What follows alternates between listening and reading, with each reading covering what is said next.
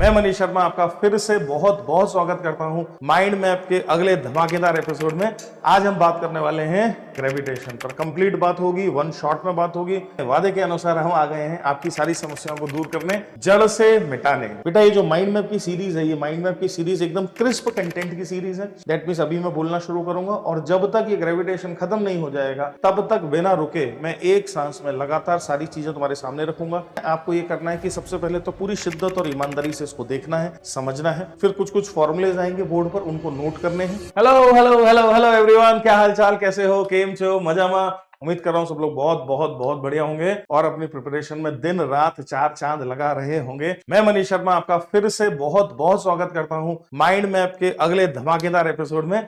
आज हम बात करने वाले हैं ग्रेविटेशन पर। कंप्लीट बात होगी, वन शॉट में बात होगी, बेसिक से फाइनल तक बात होगी। दैट मींस बिल्कुल जीरो से बिल्कुल हाईएस्ट लेवल तक बात होगी। तो फटाफट गियर अप हो जाइए, फटाफट से आ जाइए। अगर ग्रेविटेशन आपकी कमजोरी है, अगर ग्रेविटेशन आपने अब तक नहीं पढ़ा है या अगर पढ़ा है तो ठीक से समझ में नहीं आया है, दैट मींस एक तरह का बैकलॉग है और ग्रेविटेशन के सवाल करने में अगर दिक्कत होती है तो हम आ गए हैं, वादे के अनुसार हम आ गए हैं आपकी सारी समस्याओं को दूर करने, जड़ से मिटाने, जड़ से मिटाने। तो माइंड मैप के आज के इस एपिसोड में ग्रेविटेशन चैप्टर पर डिस्कशन होगा। दैट मींस बिल्कुल ही जीरो से, बिल्कुल ही जहां से शुरू होता है ग्रेविटेशन वहां से लेकर मैं चलूंगा। तो कौन कौन लोग इसका फायदा उठाने वाले हैं भाई साहब? वो सब बच्चे इसका फायदा उठाएंगे जो ऑलरेडी इस सीरीज का, इस प्लेलिस्ट का दिन रात फायदा उठा रहे हैं, जो हमको बहुत ज्यादा मैसेजेस और वगैरह वगैरह करके थैंक्स वगैरह बोल रहे हैं। तो सबसे पहले तो बहुत ज्यादा शुक्रगुजार है उन लोगों का जो हमारी मेहनत को सफल बना रहे हैं। इधर से पीडब्ल्यू और पीडब्ल्यू की पूरी टीम आपका सपोर्ट करने के लिए और आपको समझाने के लिए दिन रात एक कर रही है और मेहनत कर रही है। और उधर से तुम लोग भी इस कंटेंट को और इस क्रिस्प कहानी को समझ रहे हो और अपने आप को लेवल अप कर रहे हो, राइट? तो जो जो कॉम्पिटिटिव लेवल है एग्जाम का वो बढ़ता जा रहा है, बढ़ता जा रहा है, बढ़ता जा रहा है। तो भाई सब लोग समझ लें, सब लोग समझ लें कि this year is gonna be tough, right? चलिए जी। तो वो सारे बच्चे जो क्लास 11th में है, वो सारे बच्चे जो क्लास 12th में है और वो सारे बच्चे जो ड्रॉपर हैं, दैट मींस 12th पास कर चुके हैं और जेई नीट में से किसी भी कॉम्पिटिटिव एग्जाम की प्रिपरेशन कर रहे हैं, या इवन जो स्कूल गोइंग बच्चे हैं जिनको क्लियर नहीं हुआ है, उन सबका बहुत बहुत स्वागत है। उन सबको मैं आमंत्रित करता हूं, आइए और ग्रेविटेशन की दुनिया में खो जाइए, मेरे साथ आइए और ग्रेविटेशन की दुनिया में खो जाइए। ठीक है जी? तो चलो एक बार फिर से, मेरा नाम मनीष शर्मा है और मैं आपका बहुत बहुत स्वागत कर रहा हूं माइंड मैप के हमारे आज के इस एपिसोड में। आ जाइए, विदाउट वेस्टिंग ऑफ टाइम हम शुरू करें कहानी को। बेटा ये जो माइंड मैप की सीरीज है, ये माइंड मैप की सीरीज एकदम क्रिस्प कंटेंट की सीरीज है। इस सीरीज में केवल केवल और केवल कंटेंट पर ही बात होती है। दैट मींस अभी मैं बोलना शुरू करूंगा और जब तक ये ग्रेविटेशन खत्म नहीं हो जाएगा तब तक बिना रुके मैं एक सांस में लगातार सारी चीजें तुम्हारे सामने रखूंगा। बिल्कुल बेसिक से रखूंगा, सवाल भी कराऊंगा बीच बीच में, जो जो रेलेवेंट जहां जहां आवश्यकता है, जहां जहां सवाल बनते हैं वहां सवाल भी कराऊंगा। दैट मीन्स एक गो में पूरी कहानी, एक गो में पूरी कहानी हो जाएगी। तो आपको क्या करना है? आपको ये करना है कि सबसे पहले तो पूरी शिद्दत और ईमानदारी से इसको देखना है, समझना है। फिर कुछ कुछ फॉर्मुलेज आएंगे बोर्ड पर, उनको नोट करने हैं। फॉर्मुलेज नोट करने हैं, पहले तो मेरे साथ सवाल करने हैं, जो मैं सवाल कराऊंगा सवाल करने हैं। फिर उसके बाद सेशन हो जाने के बाद ये पीपीटी आपको मिल जाएगी और आप उस पीपीटी का इस्तेमाल करके प्रॉपर अपनी सिलेक्शन डायरी में इसको नोट कर लेंगे। प्रॉपर सिलेक्शन डायरी में इसको नोट कर लीजिए, ठीक है? पीपीटी के लिए आपको क्या करना होगा? पीपीटी के लिए आपको केवल फ्री ऑफ कॉस्ट एनरोल करना होगा। तो पीडब्ल्यू का ऐप में एक कोर्स के रूप में ये आ जाएगा माइंड मैप, जिसमें फिजिक्स, केमिस्ट्री, मैथ्स तीनों ही सब्जेक्ट आपको मिलेंगे और वहां आप इसको एक कोर्स की तरह देख सकते हैं। आपके पास ये रहेंगे, प्लेलिस्ट के रूप में रहेंगे और पीपीटीज भी आप वहां से डाउनलोड कर सकते हैं, देख सकते हैं, समझ सकते हो। तो चलो without wasting any time let us begin the story. शुरू कर देते हैं कहानी को ग्रेविटेशन की। तो पूरा ग्रेविटेशन चैप्टर को दो हिस्सों में तोड़ रखा है मैंने, दो ही हिस्सों में तोड़ा जाता है। एक हिस्सा है जो बात करता है फोर्स की, gravitational force, gravitational field, gravitational potential and gravitational potential energy. ये चार बेसिक चीजें होती हैं, ये चार बेसिक चीजें होती हैं, इनकी बात करता है। ये जो चारों चीजें हैं ये एक्चुअली रेप्लिका है इलेक्ट्रोस्टैटिक्स में जो कूलम्बियन फोर्स है और ग्रेविटेशन में जो ग्रेविटेशनल फोर्स है, वो काफी हद तक एक जैसे हैं, वो काफी हद तक एक जैसे हैं। हेंस जनरली ये वाला जो हिस्सा है, ये वाला हिस्सा जनरली हम तब पढ़ाते हैं या तब बेहतर तरीके से स्टूडेंट को समझ में आता है जब वो इलेक्ट्रोस्टैटिक्स पढ़ चुका होता है। तो तुम में से वो सारे बच्चे जो 12th में और 13th में जो ऑलरेडी इलेक्ट्रोस्टैटिक्स पढ़ चुके हैं, उनको तो ये सब बहुत अच्छे से समझ में आ जाएगा। पर 11th के जो बच्चे हैं, जो अभी जिन्होंने अभी इलेक्ट्रोस्टैटिक्स नहीं पढ़ा है, वो चाहे तो पहले वाले हिस्से को स्किप भी कर सकते हैं और 12th में जब इलेक्ट्रोस्टैटिक्स हो जाएगा तब आप इस हिस्से को करेंगे तो आपको बहुत आसानी से समझ में आएगा, क्योंकि सारे फॉर्मूले सेम है, सब कुछ एग्जैक्टली सेम है।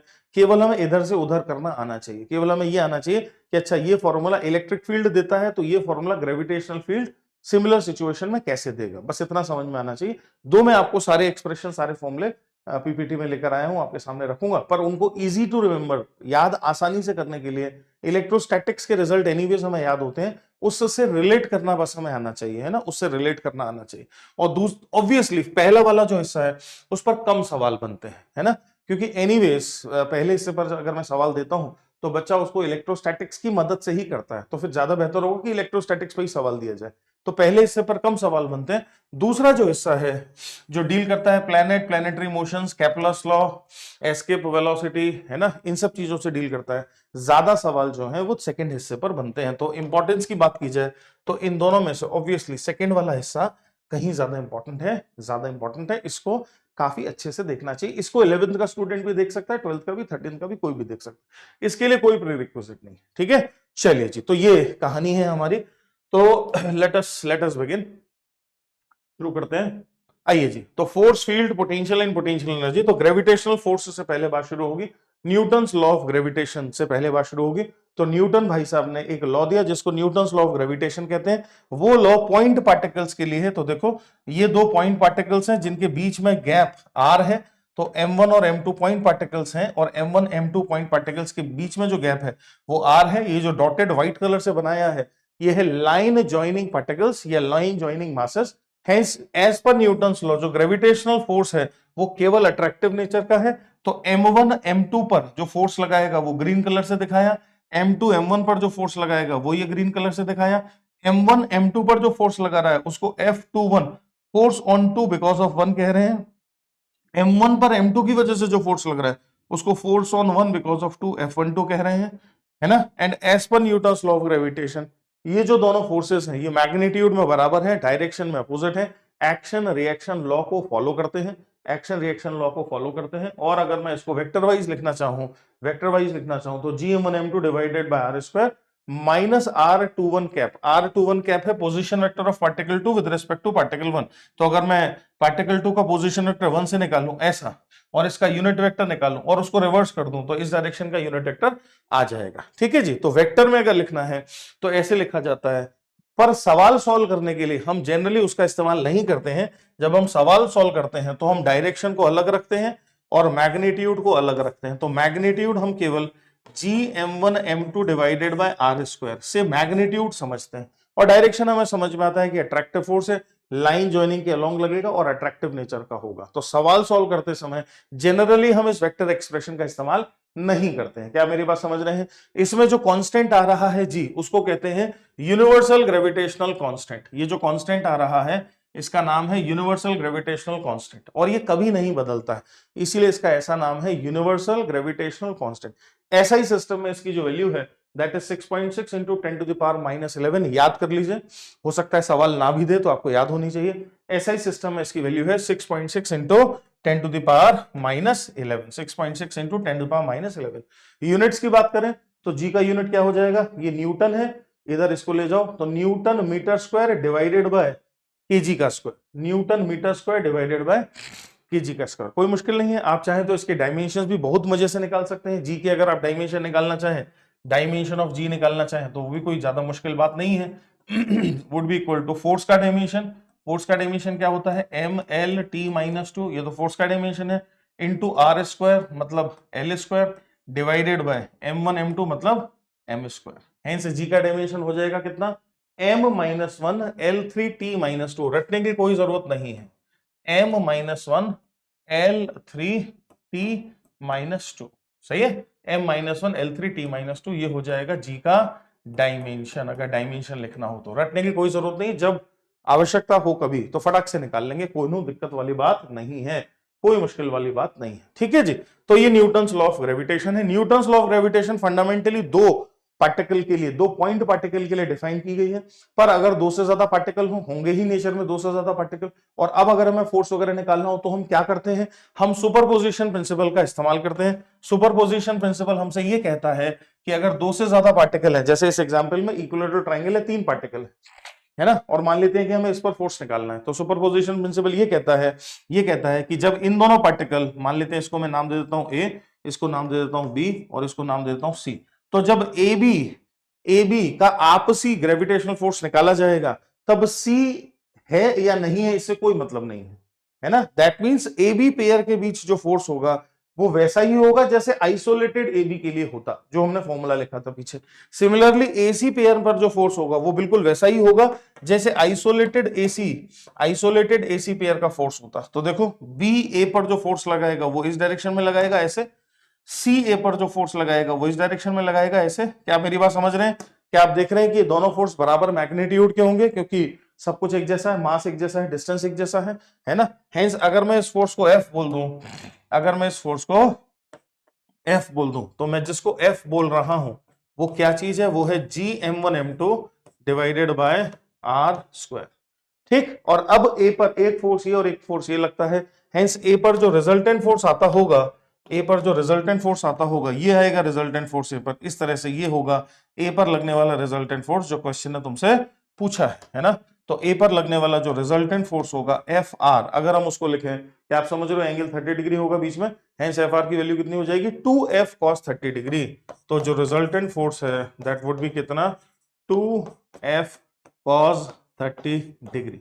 उम्मीद कर रहा हूं कि इतना हमें समझ में आता है। cos 30 डिग्री √3/2, 2 से 2 कटा तो कितना हो गया? √3f, f की ऊपर से वैल्यू रख दो, हेंस फाइनल आंसर क्या आ रहा है? फाइनल आंसर आ रहा है √3 times of GM² divided by R square is the resultant force acting on particle A, resultant force acting on particle A। Simple. क्या इस सिंपल से सवाल में सुपरपोजिशन प्रिंसिपल और न्यूटन लॉ ऑफ ग्रेविटेशन दोनों का इस्तेमाल कर लिया? कर लिया। ऐसे सवाल बहुत पूछे जाते हैं जो एकदम फ्री के लड्डू हैं, छोड़ना नहीं है, बहुत आसान है। दूसरा सवाल देखिए, 4 पार्टिकल हैं, ABCD करके 4 पार्टिकल हैं, ABCD मान लेते हैं। क्वेश्चन कहता है find the net force on particle A। यहां भी क्वेश्चन यही कहा था, इन दोनों ही सवालों में क्वेश्चन कह रहा है find net force, find net force, find net force on A। दोनों ही सवालों में एक ही चीज पूछी है, find net force on A। तो A पर नेट फोर्स निकालो भाई साहब। तो क्या अब की बार 1 2 3 पेयर बनेंगे? बिल्कुल बनेंगे, कोई दिक्कत नहीं, कौनो दिक्कत नहीं। तो बी वाला पार्टिकल ए वाले पार्टिकल को अपनी तरफ खींचेगा ऐसे। हम केवल ए पर ही फोर्स दिखा रहे हैं क्योंकि हमें ए पर ही नेट फोर्स निकालना है। डी वाला पार्टिकल ए वाले पार्टिकल को खींचेगा ऐसे। समझ में आनी चाहिए बात। ये दोनों फोर्स बराबर मैग्नीट्यूड के होंगे। इनको एफ एफ अगर मैं बोल दूं, क्या बोल दूं? एफ एफ अगर मैं बोल दूं, इसको भी अगर मैं एफ बोल दूं और इसको भी अगर मैं एफ बोल दूं, तो एफ की वैल्यू है GM² divided by A square. सबको समझ में आना चाहिए। तीसरा जो पार्टिकल है सी, वो ए पर जो फोर्स लगाएगा, सी वाला पार्टिकल ए पर जो फोर्स लगाएगा वो ऑब्वियसली इस डायगोनल के अलोंग आएगा ऐसे, है ना। तो सी वाला पार्टिकल जो ए पर फोर्स लगाएगा उसको मैं दूसरे कलर से दिखा रहा हूं, व्हाइट कलर से दिखा दे रहा हूं। तो सी वाला पार्टिकल जो फोर्स लगाएगा वो ऐसे लगा रहा होगा ऐसे, सही है। अच्छा जी, ए और सी के बीच गैप कितना होगा? देखो पाइथागोरस से देखो, ये कितना हो जाएगा? √2 है, √2 है। तो सी वाला पार्टिकल ए वाले पार्टिकल पर जो फोर्स लगा रहा है, अगर उस फोर्स को एफ डैश बोला जाए तो एफ डैश की वैल्यू होगी GM² डिवाइडेड बाय √2a का स्क्वायर, √2a का स्क्वायर, √2a का square. That means f/2। That means कितना? That means f/2। क्या मेरी बात समझ में आई? That means f/2। Hence resultant force obviously इसी डायगोनल AC के अलोंग आ जाएगा। रिजल्टेंट फोर्स इसी डायगोनल AC के अलोंग आ जाएगा ऐसे। ये रिजल्टेंट फोर्स कहलाएगा, है ना। इसी डायगोनल AC के अलोंग रिजल्टेंट फोर्स आएगा ऐसे। मान लेते हैं कि ये रिजल्टेंट फोर्स बना ऐसा FR, और ये रिजल्टेंट फोर्स हो जाएगा, ये देखो 45 तो इन दोनों f का रिजल्टेंट इस दिशा में तो आया 2f cos 45। तो 2f cos 45 plus f dash, जिसकी वैल्यू f/2 है, जिसकी वैल्यू कितनी है? f/2 है। हेंस जो रिजल्टेंट फोर्स FR बन रहा है इस क्वेश्चन में, FR की वैल्यू होगी कितनी? 2f cos 45, 2f cos 45 का मतलब 1/√2 प्लस f डैश मतलब f/2, प्लस f डैश मतलब f/2। सही है जी, करेक्ट है। तो देखो f बाहर में कॉमन, और कितना हो गया? 1/2 प्लस √2। f की वैल्यू क्या है? f की वैल्यू है GM² अपॉन A स्क्वायर। तो यहाँ सब्स्टिट्यूट कर देंगे हम, लास्ट आंसर निकाल देंगे। GM² divided by A square, और ये हो जाएगा 1 + 2√2 डिवाइडेड बाय 2। ये हमारा आंसर हो गया, खत्म कर दिया। बहुत ज्यादा आसान और भर भर के पूछे जाते हैं इस तरह के सवाल, आप इसको बिल्कुल मिस नहीं कर सकते हैं किसी भी कीमत पर, किसी भी कीमत पर इसको मिस नहीं कर सकते, बहुत ज्यादा इजी है। ठीक, फिर ये तो अभी हमने डिस्क्रीट पार्टिकल्स की बात करी। अगर कोई कंटिन्यूअस ऑब्जेक्ट है और उसकी वजह से हमें ग्रेविटेशनल फोर्स निकालना है तो हम क्या करेंगे? ऑब्वियसली हमें इंटीग्रेट करना पड़ेगा, है ना, करेक्ट है। हेंस अगर कंटिन्यूअस ऑब्जेक्ट की वजह से फोर्स निकालना है तो आपको एलिमेंट की वजह से फोर्स लिखकर फिर पूरे एक्सप्रेशन को इंटीग्रेट करना पड़ेगा। तो जो कंसेप्ट है, जो मेथोडोलॉजी है, वो ये है कि भाई right force dF due to an element, पहला स्टेप होगा ये, और दूसरा स्टेप होगा integrate to find net force, integrate the above expression to find the net force. जैसे फॉर एग्जांपल मान लेते हैं एक सवाल, अगर हम ऐसा देखें कि एक रॉड है एल लेंथ की, ये रॉड है भाई साहब एल लेंथ की, है ना, ये पूरी एक रॉड है एल लेंथ की, और इस रॉड के इस सिरे से डी डिस्टेंस पर ये एक पार्टिकल रखा है स्मॉल एम मास का, यहाँ पर एक पार्टिकल रखा है स्मॉल एम मास का ऐसे, और वो एक रॉड है जैसा कि हम चित्र में देख रहे हैं, वो एक रॉड है, और हमें बताना है कि रॉड इस पार्टिकल पर क्या फोर्स लगाती होगी। क्या बताना है? हमें बताना है कि रॉड इस पार्टिकल पर क्या फोर्स लगाती होगी, हमें ये बताना है। ठीक है, अच्छा जी, तो क्या किया जाए? तो अभी जैसा कि मैंने तुम्हें बताया कि एलिमेंट लेना होगा, है ना, तो मान लेते हैं जहां पार्टिकल है वहां से x डिस्टेंस पर, ये x डिस्टेंस हो गया, वहां से x डिस्टेंस पर रॉड का एक छोटा सा एलिमेंट इमेजिन करते हैं, ऐसा, ये एलिमेंट इमेजिन करते हैं जिसकी लेंथ है dx, है ना, इस एलिमेंट की लेंथ है कितनी? dx। इसको एक पॉइंट मास जैसा सोचते हैं, तो क्या वो dx एलिमेंट में जो छोटा सा मास होगा dm, क्या वो dm मास इस पार्टिकल पर एक फोर्स लगा रहा होगा df, ऐसे अंदर की तरफ छोटा सा फोर्स लगा रहा होगा, कितना? df, ऐसे खींच रहा होगा इसको। इस df का अगर हम एक्सप्रेशन लिखें तो this df would be equal to g m1 m2, ये तो m है ही सही, g ये तो m है ही सही। रॉड का मास कितना है मेरा? रॉड का मास है कैपिटल है, और रॉड की लेंथ है l, है ना, तो इस छोटे से एलिमेंट का जो मास हो जाएगा, समझ लेना जरा, वो हो जाएगा capital M by L dx, capital M by L हो जाएगा मास पर यूनिट लेंथ, और dx इसकी थिकनेस है ना, तो capital M divided by L dx, ये हो गया g m1 m2 divided by क्या? x स्क्वायर, ये तो हो गया फोर्स जिसका डायरेक्शन ये है। अब अगर मैं x को d से लेके d प्लस l तक वेरी कराऊं तो क्या ऐसे छोटे छोटे एलिमेंट पूरी रॉड को कवर कर लेंगे? बिल्कुल कर लेंगे, और क्या सारे फोर्सेस सेम डायरेक्शन में है, जुड़ जाएंगे। हेंस इस एक्सप्रेशन को इंटीग्रेट कर दो, कहां से कहां? d से लेके कहां तक? d प्लस l तक, d से लेके d प्लस l तक इंटीग्रेट कर दो। क्या मेरी बात समझ रहे हैं? g capital M small m by l, g capital M small m divided by l, ये तो बाहर रह जाएगा, g capital M small m by l तो बाहर रह जाएगा। इंटीग्रेशन किसका होगा? x to the power -2 dx, x to the power -2 dx का इंटीग्रेशन होगा फ्रॉम d से लेके d प्लस l तक, और आपको नेट फोर्स मिल जाएगा। क्या मेरी बात समझ में आ जाती है? इंटीग्रेट करिए, आंसर निकाल लीजिए, खेल खत्म होगी। हेंस ऐसी अगर कोई कंटीन्यूअस बॉडी मिल गई तो ऑब्वियसली इंटीग्रेट करके ही काम चलेगा। ठीक, एक दो सवाल और देखते हैं जरा इस पर, क्योंकि इस पर सवाल पूछे जाते हैं, फोर्स पर काफी सवाल पूछे जाते हैं। देखो जरा अगला सवाल देखो, मैं साइड हो जाता हूं, एक बार वीडियो पॉज करके सॉल्व करो तुम। ओके भाई, magnitude of the force of gravitation between two identical object is F0 if the mass of each object is doubled, और फोर्स में मास का प्रोडक्ट आता है ना, तो इसको भी डबल किया, तो 4 का टर्म तो ऊपर आ गया।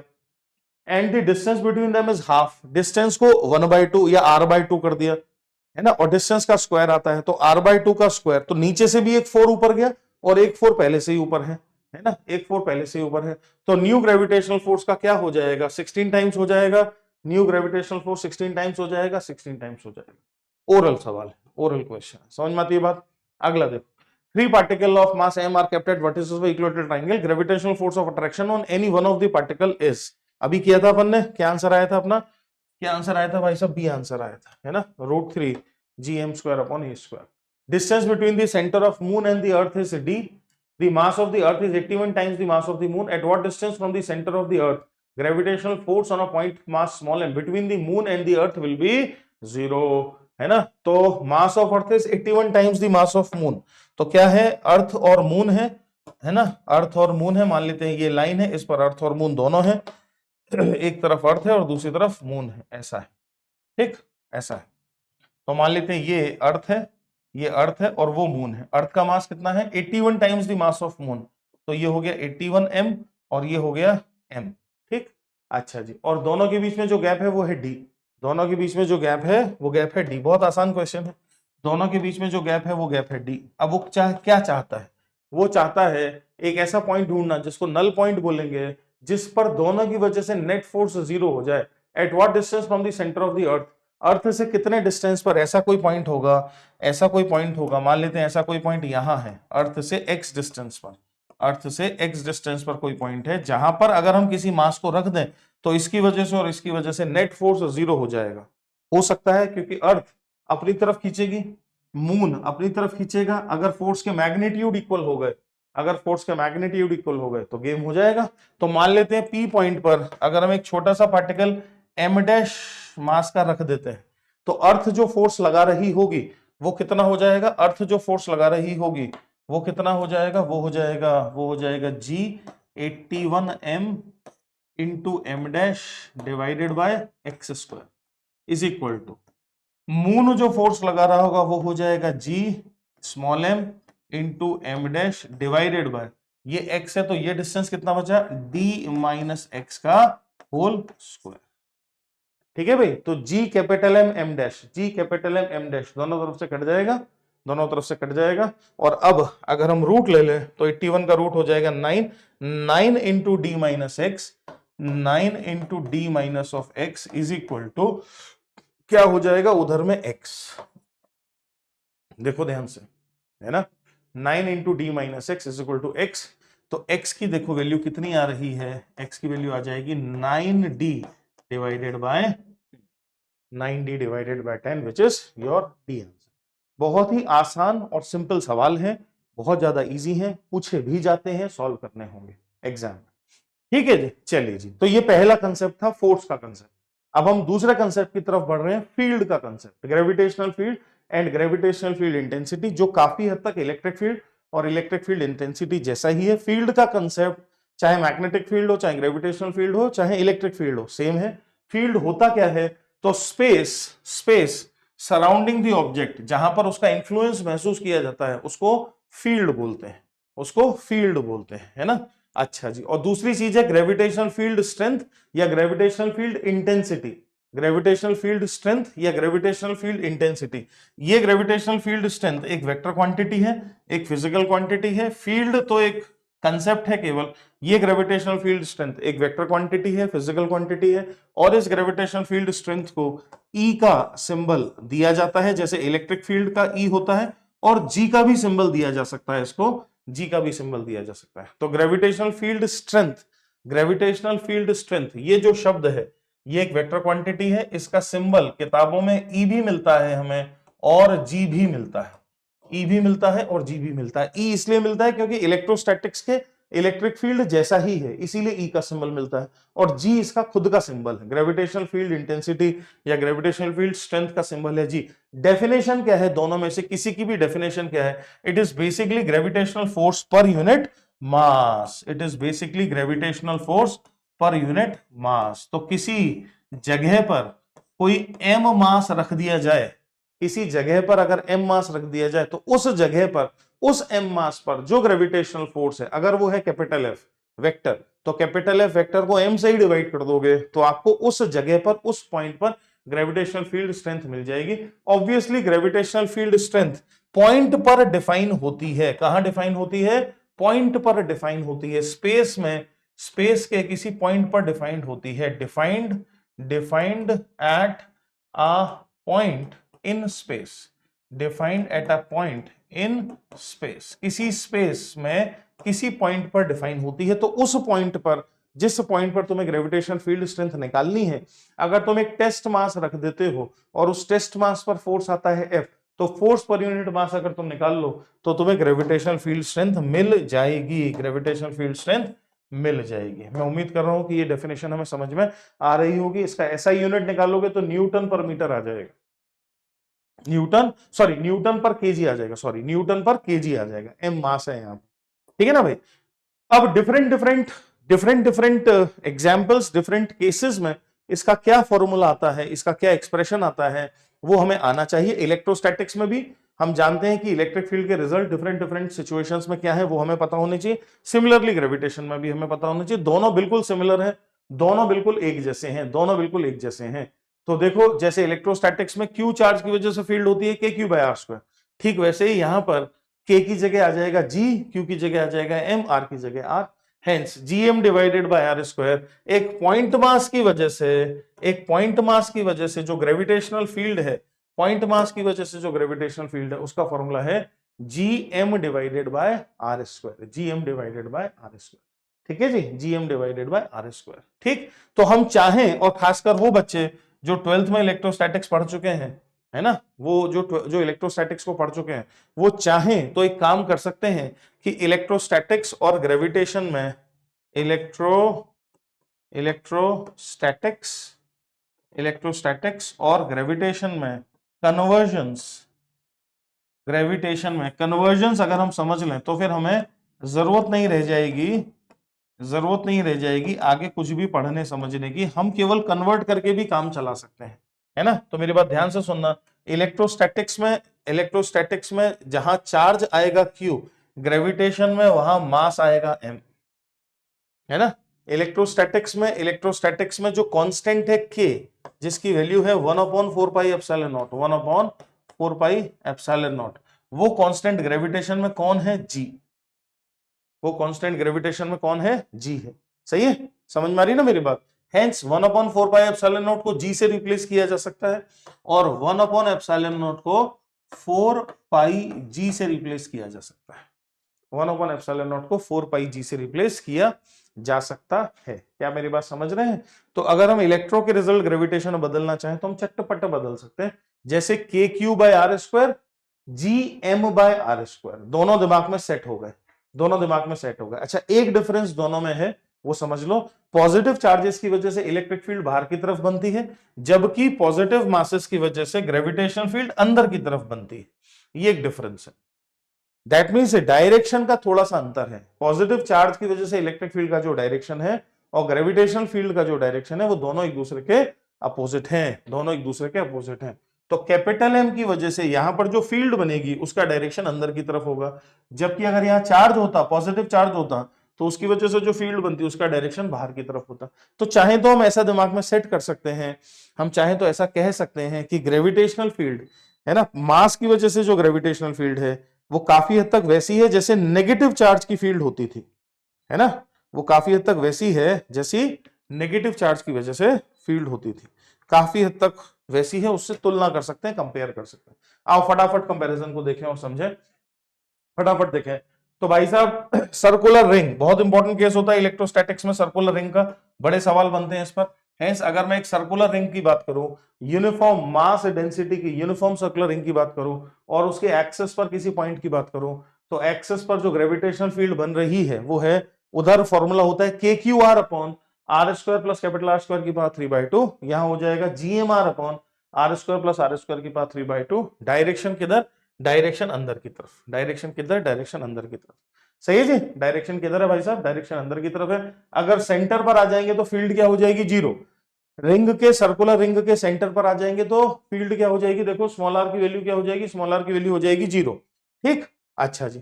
फिर अगर इसका ग्राफ प्लॉट करें तो ग्राफ बड़ा ही मजेदार आता है, ग्राफ कुछ इस तरह का आता है, और तुम्हें शायद याद होगा कि इलेक्ट्रोस्टैटिक्स में r/√2 पर मैक्सिमम फील्ड बनती थी, ठीक वैसे ही यहां भी रिंग की वजह से, सर्कुलर रिंग की वजह से मैक्सिमम ग्रेविटेशनल फील्ड कहां बनेगी? r/√2 पर बनेगी। ये याद रखना है ना, ये याद रखना है। मैक्सिमम फील्ड एट कहां? r/√2 distance from the centre. Electrostatics में भी ऐसा ही है। फिर आ जाते हैं डिस्क, फिर आ जाते हैं कौन, डिस्क, डिस्क की वजह से, है ना। तो डिस्क की वजह से, डिस्क का मास है कैपिटल एम, देखो ध्यान से, डिस्क का टोटल, ये पूरी डिस्क है, ये पूरी डिस्क है, इस डिस्क का मास है कैपिटल एम, यूनिफॉर्म डिस्क है, और हम किसी पॉइंट पी पर इस डिस्क की वजह से फील्ड निकालना चाहते हैं, और इस पॉइंट पी पर ये एक्सियल लाइन और ये पेरीफेरी थीटा एंगल बनाती है। अगर ऐसा है तो फॉर्मूला है 2gm/r² इंटू 1 - cos थीटा। सारे फॉर्मूले एक जगह लिखकर याद कर लेना, इसीलिए मैं इधर पीपीटी में लेकर आया हूं। फॉर्मूला है 2gm/R² इंटू 1 - cos थीटा। इन फॉर्मूलों को तुम डिराइव कर पाओ कि ना कर पाओ, कोई ज्यादा खास फर्क नहीं पड़ता है, इनका इस्तेमाल करना आना चाहिए, क्योंकि सवाल इन फॉर्मूलों के इस्तेमाल पर ही पूछा जाता है, इनके डेरिवेशन को नहीं पूछता है ना, कोई नहीं पूछता है। समझ में आ रही है आपको मेरी बात? ठीक है जी, सही है। तो अगर हम इसको रिजल्ट वाइज काउंट करें तो सबसे पहला जो रिजल्ट है हमारा, सबसे पहला जो रिजल्ट है वो किसका है, पॉइंट मास की वजह से, है ना। सबसे पहला रिजल्ट पॉइंट मास की वजह से। फिर दूसरे रिजल्ट की बात करें तो सर्कुलर रिंग की वजह से दूसरा रिजल्ट है, जो याद रखने हैं। तीसरे रिजल्ट की बात करें तो डिस्क की वजह से, यूनिफॉर्म डिस्क की वजह से तीसरा रिजल्ट, यूनिफॉर्म डिस्क की वजह से तीसरा रिजल्ट। चौथे रिजल्ट की बात करें तो स्फेरिकल शेल, स्फेरिकल शेल के अंदर और बाहर ग्रेविटेशनल फील्ड, जैसे इलेक्ट्रिक फील्ड होती है, तो शायद तुम्हें याद होगा, जिन्होंने पढ़ा है उन्हें याद होगा कि अंदर में 0 होती है इलेक्ट्रिक फील्ड, और बाहर में पॉइंट चार्ज जैसे सेंटर पर रखा हो वैसे होती है। सेम यहां पर भी है, अंदर में इलेक्ट्रिक फील्ड, अंदर में ग्रेविटेशनल फील्ड 0 है। ये ई सिंबल यूज कर रहा है पर वो है जी ही, मैंने बताया ई और जी दोनों सिंबल यूज हो जाते हैं। तो देखो अंदर में फील्ड क्या है, 0, अंदर में फील्ड 0, दैट मींस शेल के अंदर, यूनिफॉर्म शेल के अंदर कहीं अगर कोई पॉइंट मास रख दूंगा तो उस पर कोई ग्रेविटेशनल फोर्स नहीं लगेगा। शेल के अंदर अगर मैं कोई पॉइंट मास रख दूंगा तो उस पर कोई ग्रेविटेशनल फोर्स नहीं लगेगा।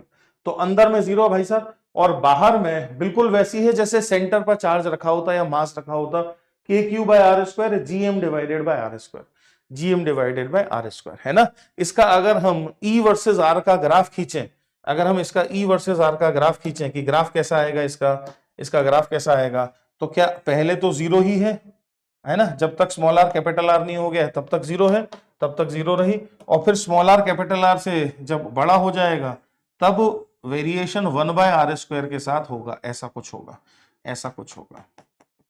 क्या हम देख रहे हैं कि स्मॉल r बराबर कैपिटल R पर फील्ड डिसकंटीन्यूअस है, स्मॉल r बराबर कैपिटल R पर फील्ड डिसकंटीन्यूअस। सारी बातें इलेक्ट्रोस्टैटिक्स में बहुत डिटेल में होती हैं, इसीलिए यहां करने का एक्चुअली कोई मतलब नहीं है ना। इन एरियाज पर अच्छे सवाल, गहरे सवाल इलेक्ट्रोस्टैटिक्स में ही बनते हैं, ग्रेविटेशन में नहीं बनते हैं, क्योंकि कोई मतलब नहीं निकल रहा, क्योंकि हम कर तो वही काम रहे हैं, हम कर तो वही रहे, हम इलेक्ट्रो में ही जा रहे हैं बार बार बार बार, तो फिर इलेक्ट्रो में ही पूछ लिया जाए ना, ज्यादा समझदारी का काम ये होगा।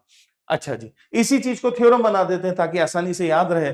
तो शेल थ्योरम एक चीज है जो हम कह सकते हैं, a uniform shell, spherical shell attracts a point mass lying outside it in such a way that the entire mass of the shell were concentrated at its centre, और uniform shell exert no gravitational force on a point mass lying inside it.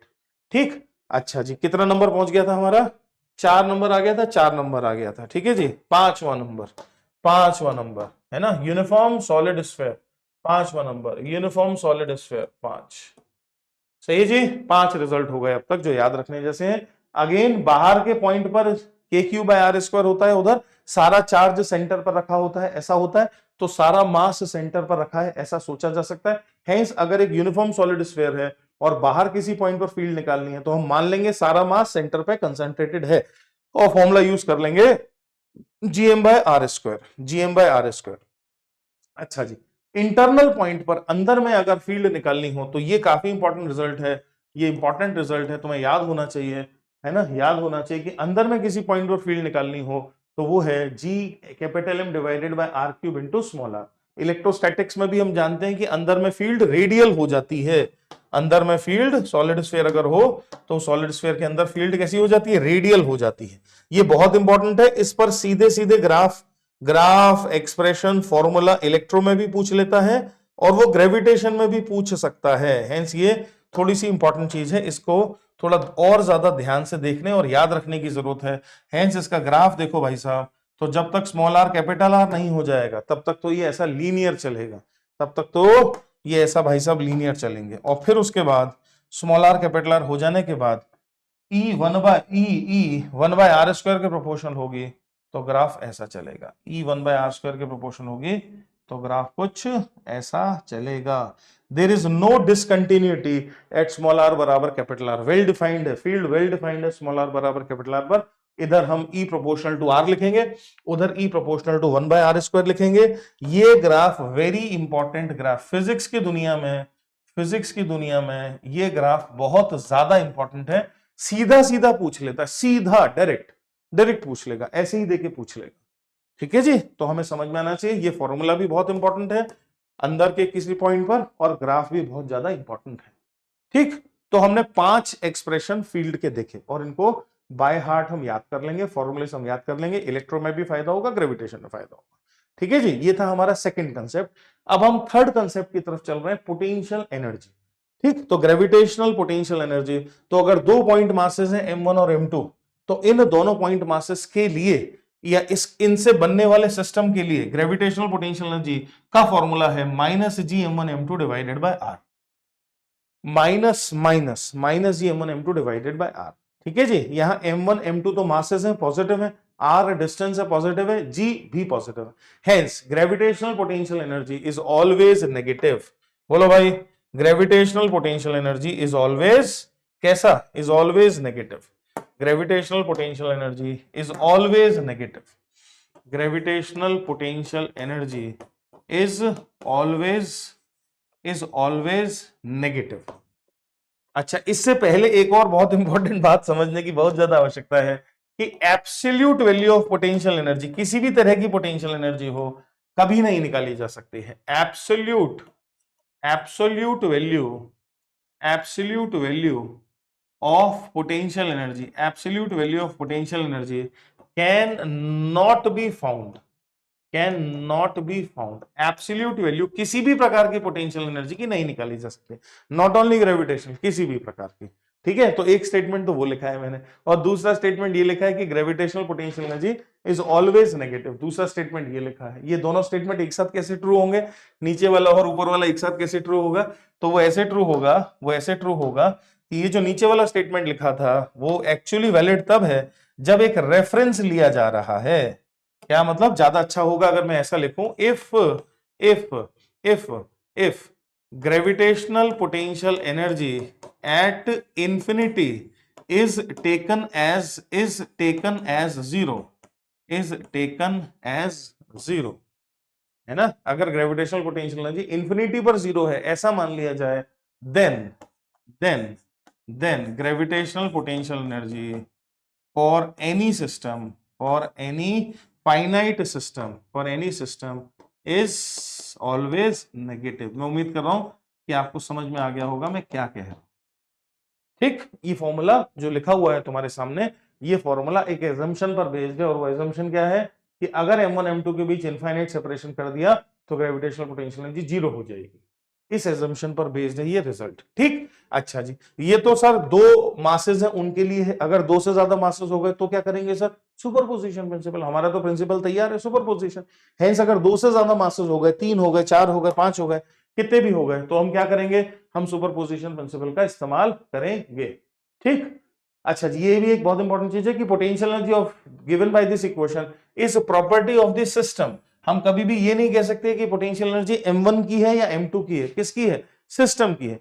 कोई भी potential energy हमेशा system की होती है, कोई भी potential energy हमेशा ही सिस्टम की होती है। और जो मैंने अभी आपसे कहा था, if our system contains more than two particles, we consider each pair of particle in turn, calculate the gravitational potential energy of that pair with equation as if other particles were not there, and then algebraically sum their results।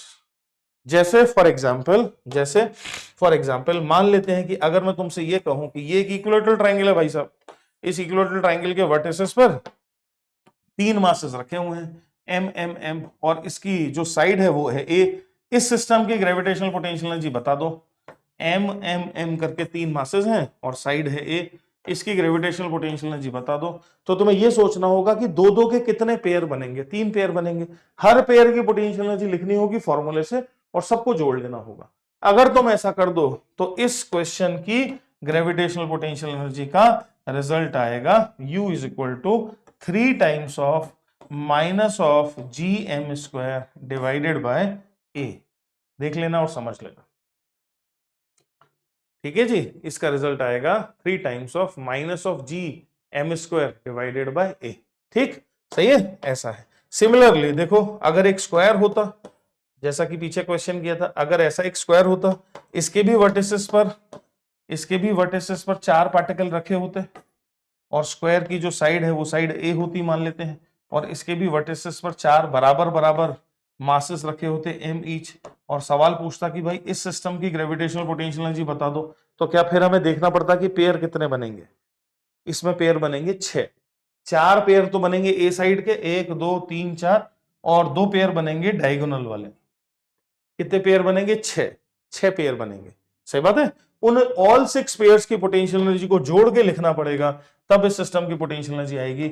Hence इस system की potential energy होगी 4 into minus of G M square divided by a, ये तो 1 2 3 4 in pair की वजह से हो गई, plus 2 into minus of G M square divided by √2a divided by √2a। मैं ऐसे ही छोड़ दे रहा हूं ताकि आपको समझ में आ जाए कि कैसे दोनों टर्म को अलग अलग लिखा है पहले, फिर जोड़ा है। पॉइंट समझ लेना कि अगर 2 से ज्यादा पार्टिकल हुए तो consider each pair of the particle, you have to consider each pair. जितने पेयर बनेंगे सबको कंसीडर करना पड़ेगा, सब पेयर की पोटेंशियल एनर्जी लिखनी पड़ेगी, और सबको जोड़ना पड़ेगा एल्जेब्रिकली, सबको एल्जेब्रिकली जोड़ना पड़ेगा। वही मैंने किया है वो, और ये सब सवाल बनते हैं भाई, ये सब पूछे जाने वाले सवाल हैं, ये सब फटाफट फटाफट ऐसे चट्टपट पूछे जाते हैं।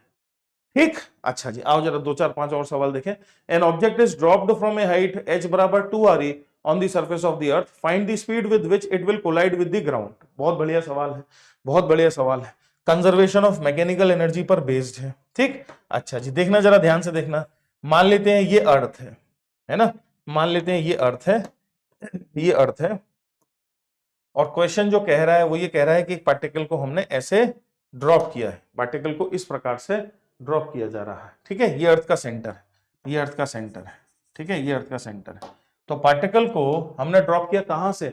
2re के बराबर हाइट से। अगर अर्थ का रेडियस r है तो हाइट यहां से कैलकुलेट होगी, तो पार्टिकल को यहां से कहीं से ड्रॉप किया, पार्टिकल को यहां से कहीं से ड्रॉप किया, और उस पार्टिकल की अर्थ की सरफेस से जो हाइट थी, उस पार्टिकल की अर्थ की सरफेस से जो हाइट थी, ये थी हाइट अर्थ की सरफेस से, ये हाइट कितनी थी भाई साहब? ये हाइट थी h बराबर कितना? 2re, 2re है ना। हेंस इस पार्टिकल का अर्थ के सेंटर से गैप कितना हो जाएगा? ये रेडियस भी re है ही सही, ये रेडियस कितना है? ये रेडियस कितना है? re, बिल्कुल re है। हेंस जब आपने पार्टिकल को ड्रॉप किया तो पार्टिकल के पास कोई काइनेटिक एनर्जी तो थी नहीं, केवल इस सिस्टम के पास ग्रेविटेशनल पोटेंशियल एनर्जी थी। मान लेते हैं अर्थ का मास है कैपिटल M और इस पार्टिकल का मास है small m। Hence initial total energy of the system क्या थी? केवल ग्रेविटेशनल पोटेंशियल एनर्जी थी minus G capital M small m divided by दोनों के बीच का gap, which is 2re plus re 3re, which is 3re। समझना मेरी बात को, ये तो थी टोटल एनर्जी जब पार्टिकल यहां था। अब जब पार्टिकल अर्थ की सरफेस पर आ जाएगा, उसके पास कोई स्पीड होगी v, पार्टिकल के पास कोई स्पीड होगी v। तो दूसरा चित्र समझना, दूसरा चित्र को समझना, दूसरा चित्र जो कि ये है ना। अब वो पार्टिकल कहां आ गया है? पार्टिकल अर्थ की सरफेस पर आ गया है और जस्ट कोलाइड करने वाला है। मान लेते हैं कि पार्टिकल ऐसे किसी v स्पीड से कोलाइड करने वाला है ना। तो पार्टिकल m मास का पार्टिकल अर्थ की सरफेस पर आ गया है और v स्पीड से अर्थ से टकराने वाला है, तो पार्टिकल के पास काइनेटिक एनर्जी कितनी? Half into m into V का स्क्वायर। और अब पार्टिकल अर्थ सिस्टम के पास ग्रेविटेशनल पोटेंशियल एनर्जी कितनी? Minus G capital M small m divided by re। ये इक्वेशन बनेगी। और आपसे क्या पूछा? स्पीड पूछा, आपसे स्पीड पूछा है। क्या हम यहां से बड़े मजे से स्पीड निकाल सकते हैं इसको सिंप्लीफाई करके? बोलो भाई, स्पीड निकाल सकते हैं? बिल्कुल बड़े मजे से निकाल सकते हैं। वेरीफाई कर लेना, आंसर यहां लिखा हुआ है। ठीक है, सॉल्व कर लेना, वेरीफाई कर लेना, बहुत इजी। अगला सवाल देखो। 3 particle of mass this placed at the corners of an equilateral triangle, calculate the potential energy of the system। जैसा मैंने अभी किया था वैसे ही करना पड़ेगा। Work done on the system if the side length of the triangle is change from a to 2a। ये समझ लेते हैं। तो एक तो पोटेंशियल एनर्जी निकालनी है, वो तो तुम निकाल लोगे। फिर क्या निकालना है? दूसरा क्या निकालना है? Work done on the system. इसको बहुत अच्छे से समझो। किसी भी सिस्टम पर एक्सटर्नल एजेंट जो वर्क डन करेगा, work done by external agent, कि मिनिमम वैल्यू, बहुत इंपॉर्टेंट बात बता रहा हूं, किसी भी सिस्टम पर एक्सटर्नल एजेंट जो वर्क डन करता है उसकी अगर मिनिमम वैल्यू निकालनी हो तो उसको निकालने का केवल एक तरीका है और वो है चेंज इन पोटेंशियल एनर्जी। किसी भी सिस्टम की, किसी भी सिस्टम पर, बहुत इंपॉर्टेंट कंसेप्ट है, सिलेक्शन डायरी में लिखना और पूरी फिजिक्स में यूज होता है, जगह जगह पर, मैकेनिक्स में भी और बाकी जगहों पर भी, बहुत इंपॉर्टेंट कंसेप्ट है। पूरी फिजिक्स में एक्सटर्नल एजेंट जो वर्क डन करता है अगर उसकी कभी मिनिमम वैल्यू निकालनी हो तो एज्यूम कर लेते हैं कि काइनेटिक एनर्जी में कोई चेंज नहीं आया और जो भी चेंज पोटेंशियल एनर्जी में आया है that is the minimum work done required, that is the minimum work done required. क्या मेरी बात समझ में आई आपको? ऐसा है, ठीक। आओ जरा मैं इसको तुम्हें करके दिखाऊं पहले। तो सबसे पहला काम क्या करना पड़ेगा हमें? सबसे पहला काम तो हमें ये करना पड़ेगा कि, अरे सबसे पहला काम तो हमें ये करना पड़ेगा कि इसको गायब करना पड़ेगा। गायब हो जाओ भाई साहब, क्यों गुस्सा कर रहे हो? गायब हो जाओ, ये जाना ही नहीं चाह रहा है।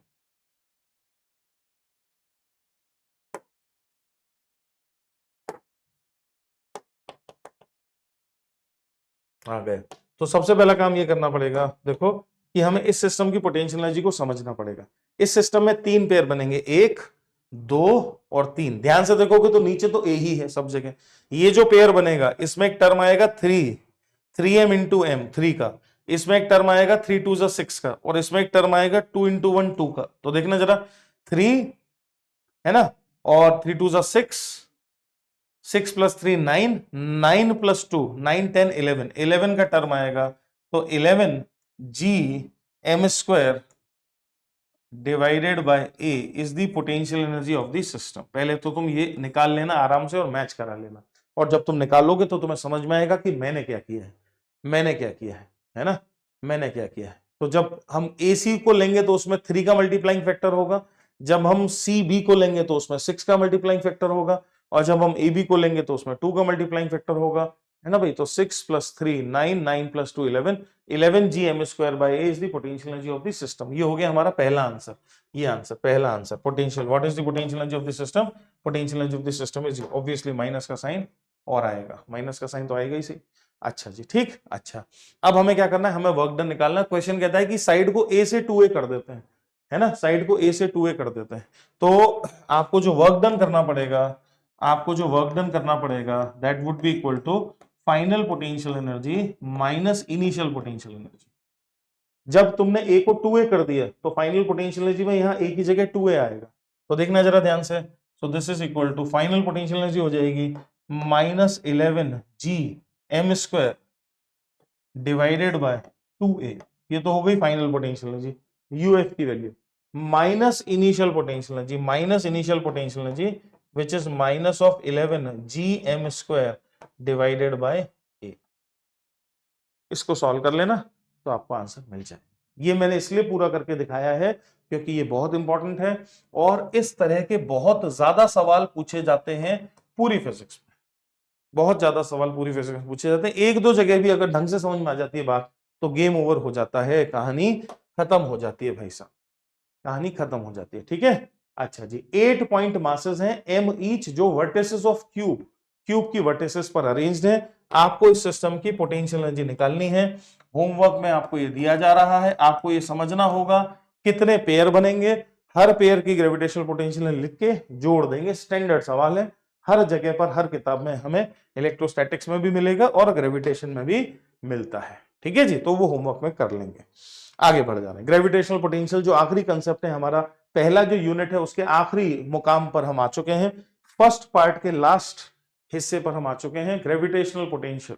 तो gravitational potential at a point is defined as the work done per unit mass by an external agent in bringing a particle slowly from the reference point to the given point. Gravitational potential at a point is defined as work done per unit mass.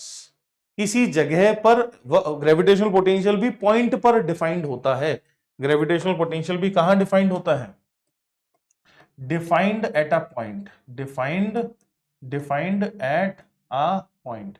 तो अगर मुझे किसी P point पर gravitational potential को define करना है तो उसकी डेफिनेशन कुछ ऐसी है कि रेफरेंस पॉइंट जो जनरली इंफिनिटी होता है, इंफिनिटी से उस पॉइंट P तक लाने में जो वर्क डन करना पड़ेगा मुझे, that work done per unit mass is gravitational potential. Gravitational potential की ये बहुत ही प्यारी डेफिनेशन है, इनफैक्ट पोटेंशियल की डेफिनेशन है ये।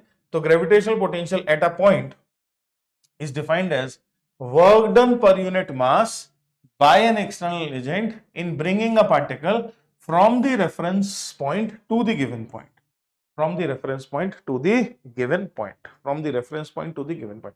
Hence, अगर हमसे कोई उल्टा पूछे, हमको पोटेंशियल बता के वर्क डन पूछे, तो क्या हम निकाल पाएंगे? क्योंकि पोटेंशियल की डेफिनेशन ही है वर्क डन पर यूनिट मास। हेंस अगर कोई हमसे वर्क डन पूछे तो क्या मास इनटू पोटेंशियल या मास इनटू पोटेंशियल डिफरेंस से वर्क डन निकाल पाएंगे? बिल्कुल निकाल पाएंगे। हेंस बहुत सारे सवाल बनेंगे जो हमसे वर्क डन, एनर्जी, इस तरह की बात करेंगे। ठीक है, क्योंकि ग्रेविटेशनल पोटेंशियल भी पॉइंट पर डिफाइन होता है। हेंस जैसे इलेक्ट्रिक फील्ड हमने कई सारे फॉर्मूले देखे, 5 फॉर्मूले देखे थे, ठीक वैसे ही ग्रेविटेशनल पोटेंशियल के लिए भी हम 5 रिजल्ट उसी प्रकार से 5 रिजल्ट देखेंगे। पहला रिजल्ट कि अगर कोई पॉइंट मास है, अच्छा ध्यान रखना ग्रेविटेशनल पोटेंशियल एक स्केलर क्वांटिटी है। इलेक्ट्रिक फील्ड कैसी क्वांटिटी थी? वेक्टर क्वांटिटी थी, है ना, स्केलर क्वांटिटी। सही बात है। तो ग्रेविटेशनल पोटेंशियल स्केलर क्वांटिटी है, स्केलर क्वांटिटी, इसका कोई डायरेक्शन नहीं है। तो और मजेदार है, डायरेक्शन है ही नहीं इसका, और मजेदार है ना। इलेक्ट्रिसिटी में इलेक्ट्रिक पोटेंशियल का यूनिट वोल्ट है, पर ग्रेविटेशनल पोटेंशियल का यूनिट वोल्ट नहीं है। नाम पोटेंशियल दोनों जगह पर एक जैसा है, पर इलेक्ट्रिक पोटेंशियल का यूनिट वोल्ट है। यहां यूनिट वोल्ट नहीं है, यहां यूनिट वोल्ट नहीं है। अगर यूनिट लिखना भी चाहो तो क्या लिख सकते हो? चूंकि वर्क डन पर यूनिट मास है तो जूल पर केजी लिख सकते हैं। अगर हम ग्रेविटेशनल पोटेंशियल का यूनिट लिखना चाहें, तो क्या लिख सकते हैं? जूल पर केजी। क्या लिख सकते हैं? जूल पर केजी। ग्रेविटेशनल पोटेंशियल का ऐसा यूनिट अगर लिखना चाहें तो वो लिख सकते हैं जूल पर KG, right, and is not equal two volt. बहुत सारे बच्चे ये समझ लेंगे कि अरे पोटेंशियल का यूनिट तो वोल्ट होता है। नहीं भाई साहब, वो इलेक्ट्रिक पोटेंशियल का होता है, इलेक्ट्रिक पोटेंशियल अलग क्वांटिटी है, ग्रेविटेशनल पोटेंशियल अलग क्वांटिटी है, इलेक्ट्रिक फील्ड अलग क्वांटिटी है, ग्रेविटेशनल फील्ड अलग क्वांटिटी। सही है, ऐसा है। तो वोल्ट के बराबर नहीं होगा।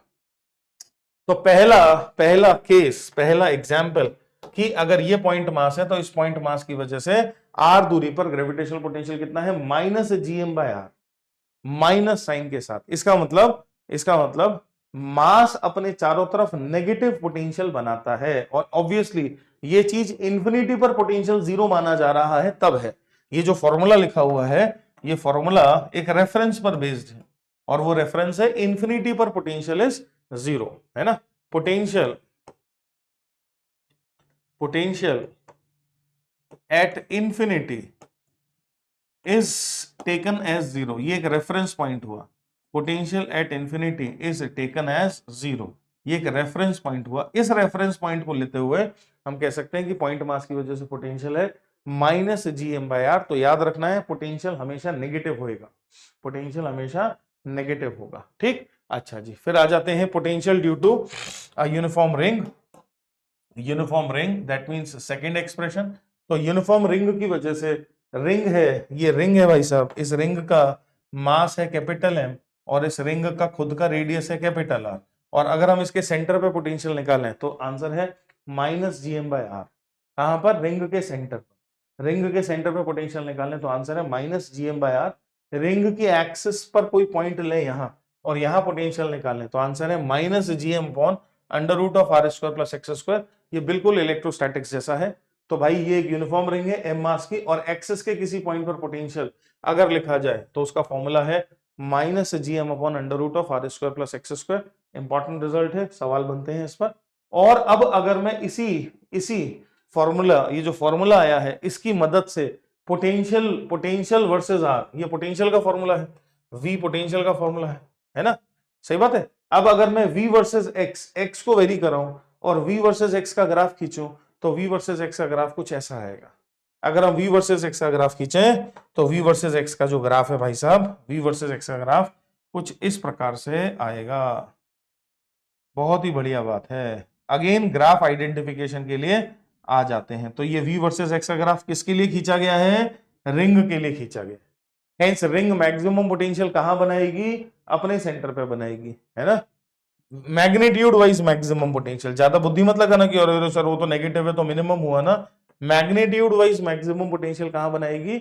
अपने सेंटर पे बनाएगी। Magnitude of potential is maximum eight the centre of the ring. सही है, ये याद रखने वाली बातें हैं सब। फिर आ जाते हैं, तीसरा केस हो गया डिस्क था, यूनिफॉर्म डिस्क, है ना। तीसरा रिजल्ट, ये सब रिजल्ट एक जगह पर लिखकर याद करेंगे और ज्यादा अच्छा होगा कि आप फील्ड और पोटेंशियल दोनों के रिजल्ट साथ साथ लिखें। तो पॉइंट मास फील्ड ये, पोटेंशियल ये, रिंग फील्ड ये, पोटेंशियल ये, डिस्क फील्ड ये, पोटेंशियल ये, ऐसे तो एक ही जगह पर आ जाएगा और बार बार चित्र नहीं बनाने पड़ेंगे। तो भाई ये एक यूनिफॉर्म डिस्क है और इस यूनिफॉर्म डिस्क के सेंटर से किसी x डिस्टेंस पर अगर कोई पॉइंट है तो potential is given by -2gm/r² under root of x² + r² - x। Electrostatics में भी ऐसा ही है, कम यूज होता है ये फॉर्मूला, बहुत ज्यादा यूज नहीं होता है, थोड़ा सा डिफिकल्ट माना जाता है। इलेक्ट्रो में भी कम यूज होता है, यहां भी काफी कम यूज होता है, पर ऑब्वियसली तुम्हें तो पता होना ही चाहिए। ठीक है जी। अच्छा जी, कहां तक पहुंच गए थे? 3 नंबर तक पहुंच गए थे। 4 number spherical shell, 4 number spherical shell, ये इंपॉर्टेंट है। स्फेरिकल शेल के बाहर पोटेंशियल लिखने के लिए सारा मास सेंटर पर है ऐसा सोचते हैं, इलेक्ट्रो में भी ऐसा ही करते हैं। Hence -gm/r for small r greater than capital R, for small r greater than capital R minus of gm divided by small r on the surface -gm divided by capital R and inside the surface भी -gm divided by capital R। सही है। Hence अंदर में potential constant है और बाहर में potential फिर 1/r के साथ वेरी करेगा।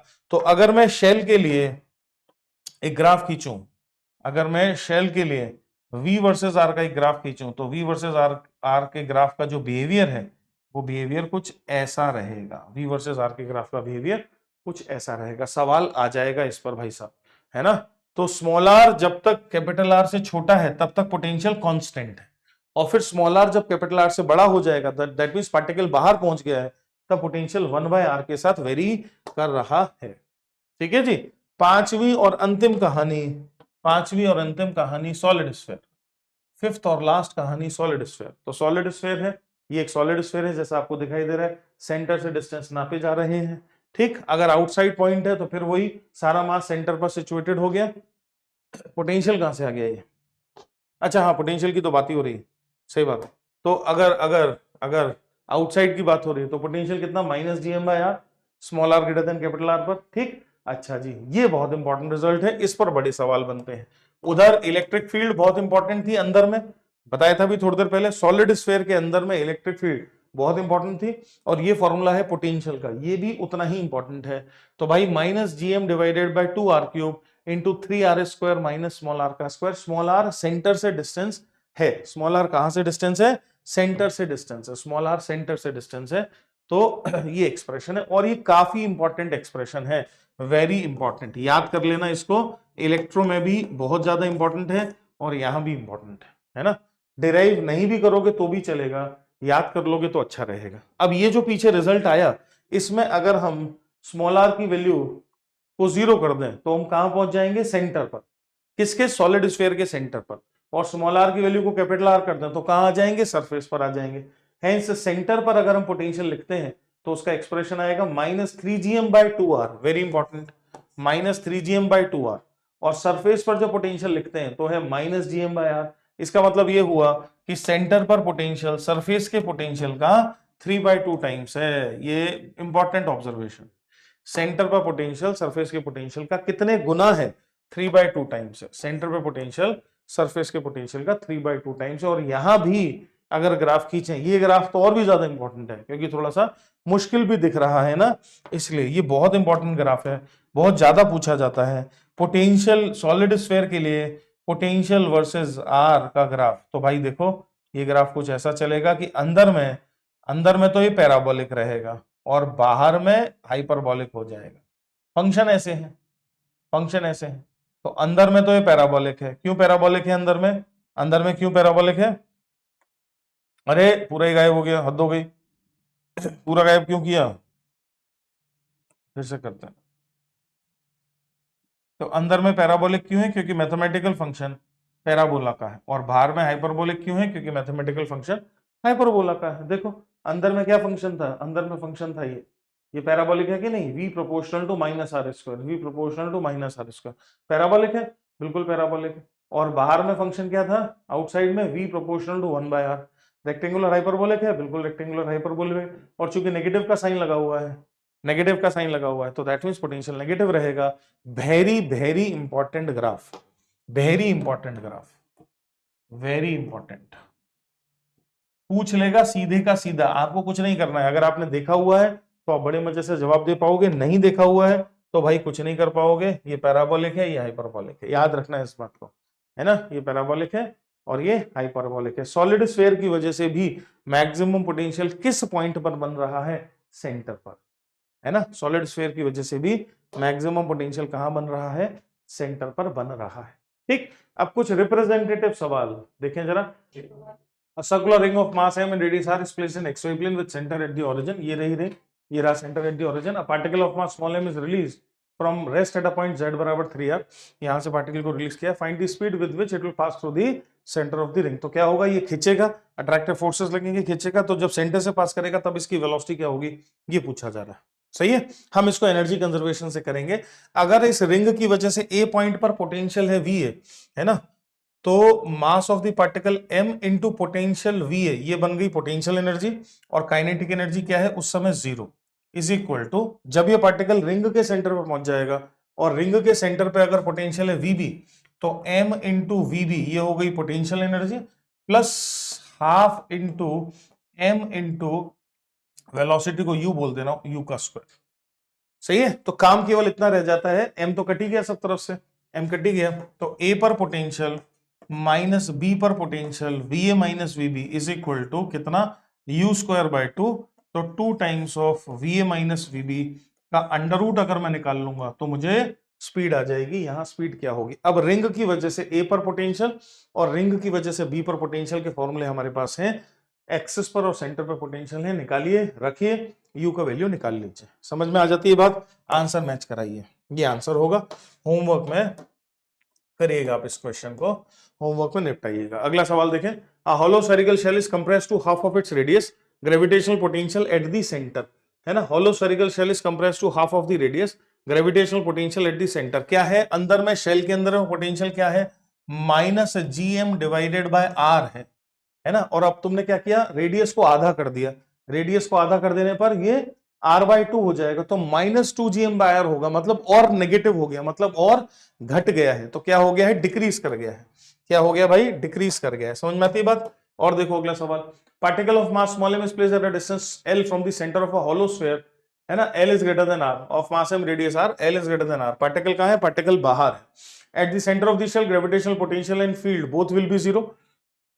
गलत है क्या ये बात? At the centre of the shell potential and the field both will be 0।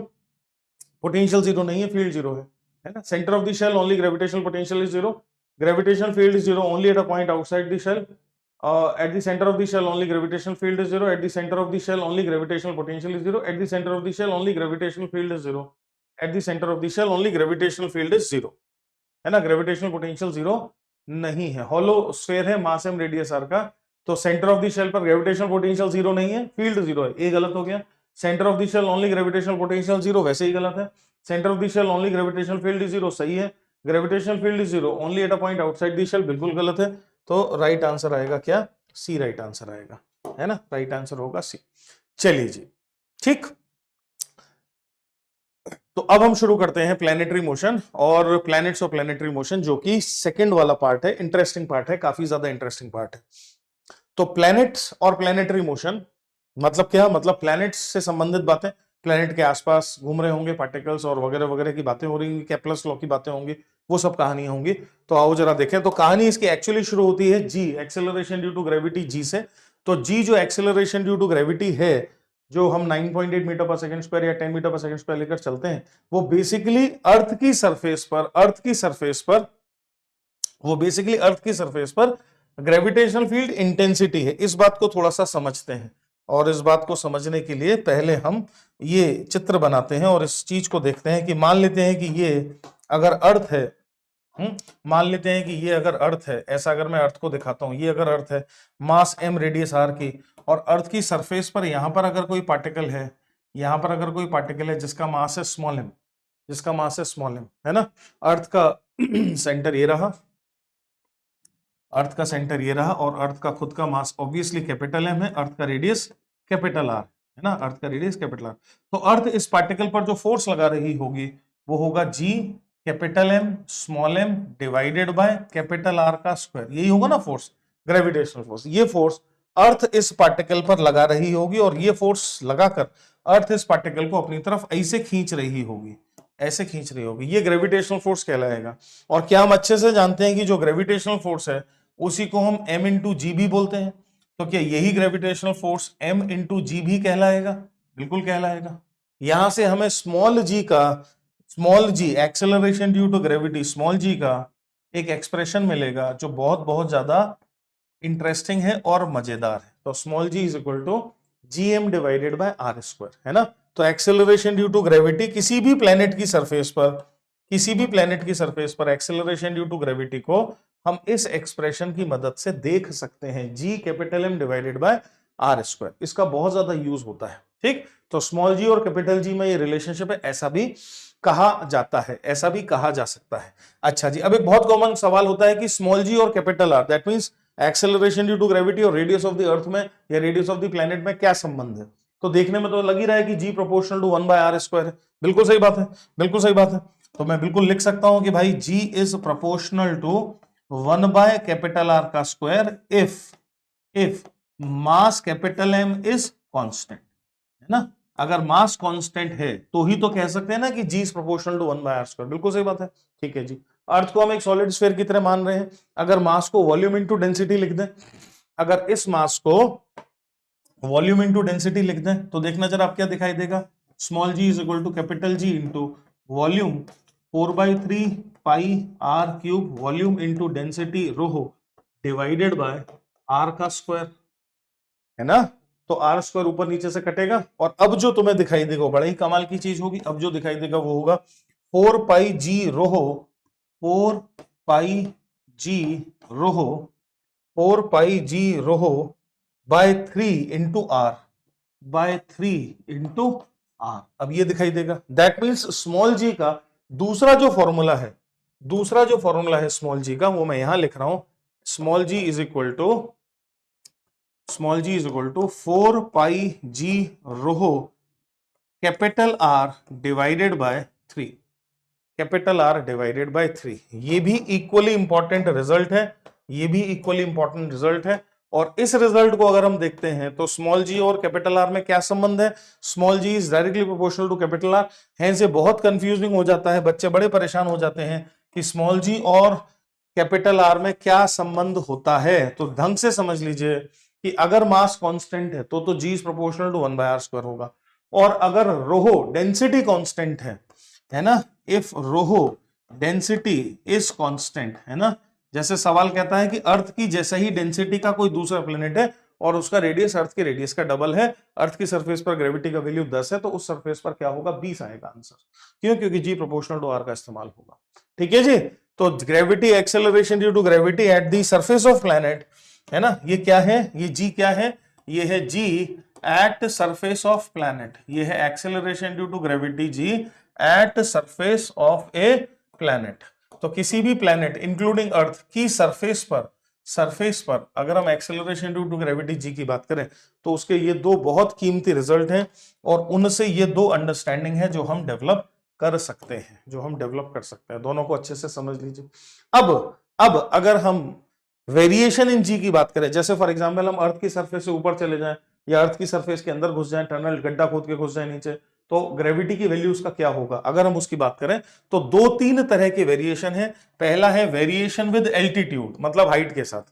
तो देखो ये अगर अर्थ है और हम यहां से h हाइट पर यहां पहुंच गए, अगर इस लोकेशन पर पहुंच गए, तो इस जगह पर ग्रेविटी की वैल्यू को अगर मैं जी डैश बोलूं तो g dash would be given by g upon 1 plus h upon R का whole square. G dash is equal to g upon 1 plus h upon R का होल स्क्वायर। बहुत इंपॉर्टेंट रिजल्ट है, बहुत ही आराम से निकाल लिया जाता है। अभी हम रिजल्ट की बात करें तो h हाइट पर एक्सेलरेशन ड्यू टू ग्रेविटी है g upon 1 plus h upon R E का होल स्क्वायर। इसमें एक बहुत स्पेशल केस है ना, इस रिजल्ट में, इस रिजल्ट की मदद से एक बहुत ही स्पेशल केस की अगर बात करें कि अगर हाइट बहुत ज्यादा ना हो, एक स्पेशल केस की बात करें कि अगर हाइट आर ई की तुलना में काफी कम हो, तो इसको ऊपर लाके बाइनोमियल से खोलेंगे तो 1 minus of 2h by R E आ जाएगा। हेंस हमें एक दूसरा फॉर्मूला भी मिलेगा जो कि ये है। पर आप जब भी नीचे वाले एक्सप्रेशन का इस्तेमाल करें, ध्यान रखें ये केवल तभी वैलिड है जब h छोटा है। That means for small height gravity is given by g into 1 minus 2h by re, and for larger heights it is given by g upon 1 plus h upon re का whole square। दोनों बातें बहुत अच्छे से समझ में आनी चाहिए। और एक बात तो हम समझ ही रहे हैं कि with increase in height as h increases gravity decreases, obviously with increase in height acceleration due to gravity decreases। ठीक, तो ये पहला वेरिएशन था। दूसरा वेरिएशन है डेप्थ के साथ। दूसरा वेरिएशन है डेप्थ के साथ कि अगर हम अंदर चले गए हैं, मान लेते हैं टनल खोदकर यहां आ गए हैं, अंदर चले गए यहां डी डेप्थ अंदर आ गए हैं, तो टनल खोदकर अंदर जाने पर ग्रेविटी का क्या वैल्यू होगा, तो उसका एक्सप्रेशन है g dash is equal to g into 1 minus of d by R E. D depth है, आर ई प्लेनेट का रेडियस, तो g dash is equal to g into 1 minus of d upon R E. Important expression है, सवाल आ जाते हैं इस पर। यहां भी हम कह सकते हैं कि जैसे जैसे हम अंदर जाते जाएंगे as depth increases gravity decreases, as depth increases gravity decreases। सही है। और अगर करते करते अर्थ के सेंटर पर पहुंच जाए, डी की वैल्यू को आर ई कर दें, डी की वैल्यू को रेडियस ऑफ अर्थ कर दें, तो ग्रेविटी क्या हो जाएगा, जीरो हो जाएगा, है ना। ग्रेविटी का value is zero at centre of earth, at centre of planet. जरूरी नहीं कि अर्थ की बात हो, किसी भी प्लैनेट की बात हो सकती है। तो किसी भी प्लैनेट के सेंटर पर ग्रेविटी का वैल्यू जीरो हो जाएगा। क्या हम यहां तक समझ पा रहे हैं, बिल्कुल समझ पा रहे हैं। ठीक, अच्छा जी। तीसरा जो वेरिएशन है that is due to rotation. तीसरा जो वेरिएशन है वो है कि चूंकि अर्थ रोटेट भी कर रही है, अपनी एक्सेस के अबाउट रोटेट भी कर रही है, तो उस रोटेशन की वजह से भी ग्रेविटी की सेहत पर या ग्रेविटी की वैल्यूज पर फर्क पड़ता है। हेंस अगर फाई एंगल पर, मैं चित्र बना के समझा देता हूं, अगर मान लेते हैं ये अर्थ है ना, ये अर्थ है, ऐसी अर्थ है, और अगर ये डायमेट्रिकल लाइन है, ये अगर डायमेट्रिकल लाइन है ऐसे, और अगर मान लेते हैं कि हम कहीं यहां किसी पॉइंट की बात कर रहे हैं, कोई ऑब्जर्वर यहां है, इस जगह पर ग्रेविटी की बात कर रहे हैं जो कि डायमेट्रिकल लाइन से कोई फाई एंगल पर है। ये सेंटर हो गया अर्थ का, है ना, सही है भाई। ये हो गया अर्थ का सेंटर, ये सेंटर हो गया अर्थ का, और ये वाला एंगल फाई है, ये वाला एंगल फाई है जो यहां दिखाई दे रहा है आपको, ये वाला एंगल फाई। तो इस जगह पर जी की जो वैल्यू है that is g minus of R omega square cos square phi. इस जगह पर जी का जो वैल्यू है g dash is equal to g minus of, g dash is equal to g minus of R omega square cos square phi, R omega का square cos का square phi. समझ रहे हो, ऐसा है। ये है variation due to rotation of the earth, variation due to rotation of the earth. Phi का वैल्यू जैसे जैसे मैं ज्यादा करता जाऊंगा, कॉस फाई कम होता जाएगा, है ना, कॉस फाई कम होता जाएगा, पर जी डैश का वैल्यू बढ़ता जाएगा। दैट मींस पोल्स पर ग्रेविटी का वैल्यू सबसे ज्यादा होगा और इक्वेटर पर ग्रेविटी का वैल्यू सबसे कम होगा, है ना। तो ग्रेविटी का वैल्यू लीस्ट होता है कहां, लीस्ट होता है कहां, इक्वेटर पर। ग्रेविटी का वैल्यू लीस्ट होता है कहां, इक्वेटर पर। और ग्रेविटी का वैल्यू मैक्सिमम होता है कहां, पोल्स पर। ग्रेविटी का वैल्यू लीस्ट होता है इक्वेटर पर और ग्रेविटी का वैल्यू मैक्सिमम होता है कहां, मैक्सिमम होता है पोल्स पर। क्या मेरी बात समझ में आ रही है, करेक्ट है। इक्वेटर पर अगर मैं देखूं तो फाई को जीरो रख दूंगा, तो इक्वेटर के लिए क्या एक्सप्रेशन आएगा, g effective is equal to g minus of R E omega square, cos square phi की वैल्यू 1 हो जाएगी। तो इक्वेटर पर ग्रेविटी का वैल्यू है g dash is equal to g minus of R E omega square. Equator और poles पर gravity की वैल्यूज का जो डिफरेंस है वो कितना है, वो है R E omega square, radius of earth into omega का स्क्वायर। ये डिफरेंस है दोनों की जी वैल्यूज के बीच। समझ में आ जानी चाहिए बात, कहानी समझ में आ जानी चाहिए। ठीक, अच्छा जी। यहां जो ग्राफ दिख रहा है आपको, ये जो ग्राफ है, ये ग्राफ बेसिकली एक ऑर्बिटल मोशन का ग्राफ है। ग्राफ बेसिकली एक ऐसे प्लेनेट के लिए खींचा गया है, एक ऐसी चीज के लिए खींचा जा रहा है जो मान लेते हैं कि सर्कल में घूम रही है, है ना, सर्किल में घूम रही है। किसी प्लेनेट के चारों तरफ अगर कोई घूम रहा है सर्किल में, तो उसकी काइनेटिक एनर्जी और सिस्टम की पोटेंशियल एनर्जी और टोटल एनर्जी के बीच ग्राफ खींचा गया है, जो कि कुछ इस तरह से हमें दिखाई दे रहा है ना। सिचुएशन क्या है, सिचुएशन ये है कि मान लेते हैं कि ये कोई हैवी बॉडी है कैपिटल एम मास की, और इस कैपिटल एम मास की हैवी बॉडी के चारों तरफ कोई स्मॉल एम मास का पार्टिकल, सैटेलाइट जैसी कोई चीज ऐसे ऑर्बिट कर रही है। ये स्मॉल एम मास की कोई चीज इस प्रकार से ऑर्बिट कर रही है। दिस इज रेडियस आर, है ना, ऐसे ऑर्बिट कर रही है, राइट। तो इसके पास काइनेटिक एनर्जी होगी, पोटेंशियल एनर्जी होगी, टोटल एनर्जी की, उनको ग्राफ से रिप्रेजेंट किया जा रहा है। अभी मैं लौटूंगा इस बात पर, उनको इस ग्राफ से रिप्रेजेंट किया जा रहा है। अच्छा जी, फिर variation non sphericity of earth की वजह से भी होता है, क्योंकि the shape of the earth slightly deviates from the perfect sphere, it is an ellipsoid. हम जानते हैं कि अर्थ फ्लैटेंड है इक्वेटर पर, फ्लैटेंड है पोल पर और बल्जिंग आउट है इक्वेटर पर, एलिप्सॉइड जैसा है ना, flattened at poles and bulging at equator. The radius in the equatorial plane is 21 kilometer larger than the radius at the pole. Equatorial radius at equator minus radius at poles की value लगभग 21 kilometre है, लगभग 21 kilometre है। इस वजह से भी gravity का वैल्यू इक्वेटर पर कम है और पोल्स पर ज्यादा है।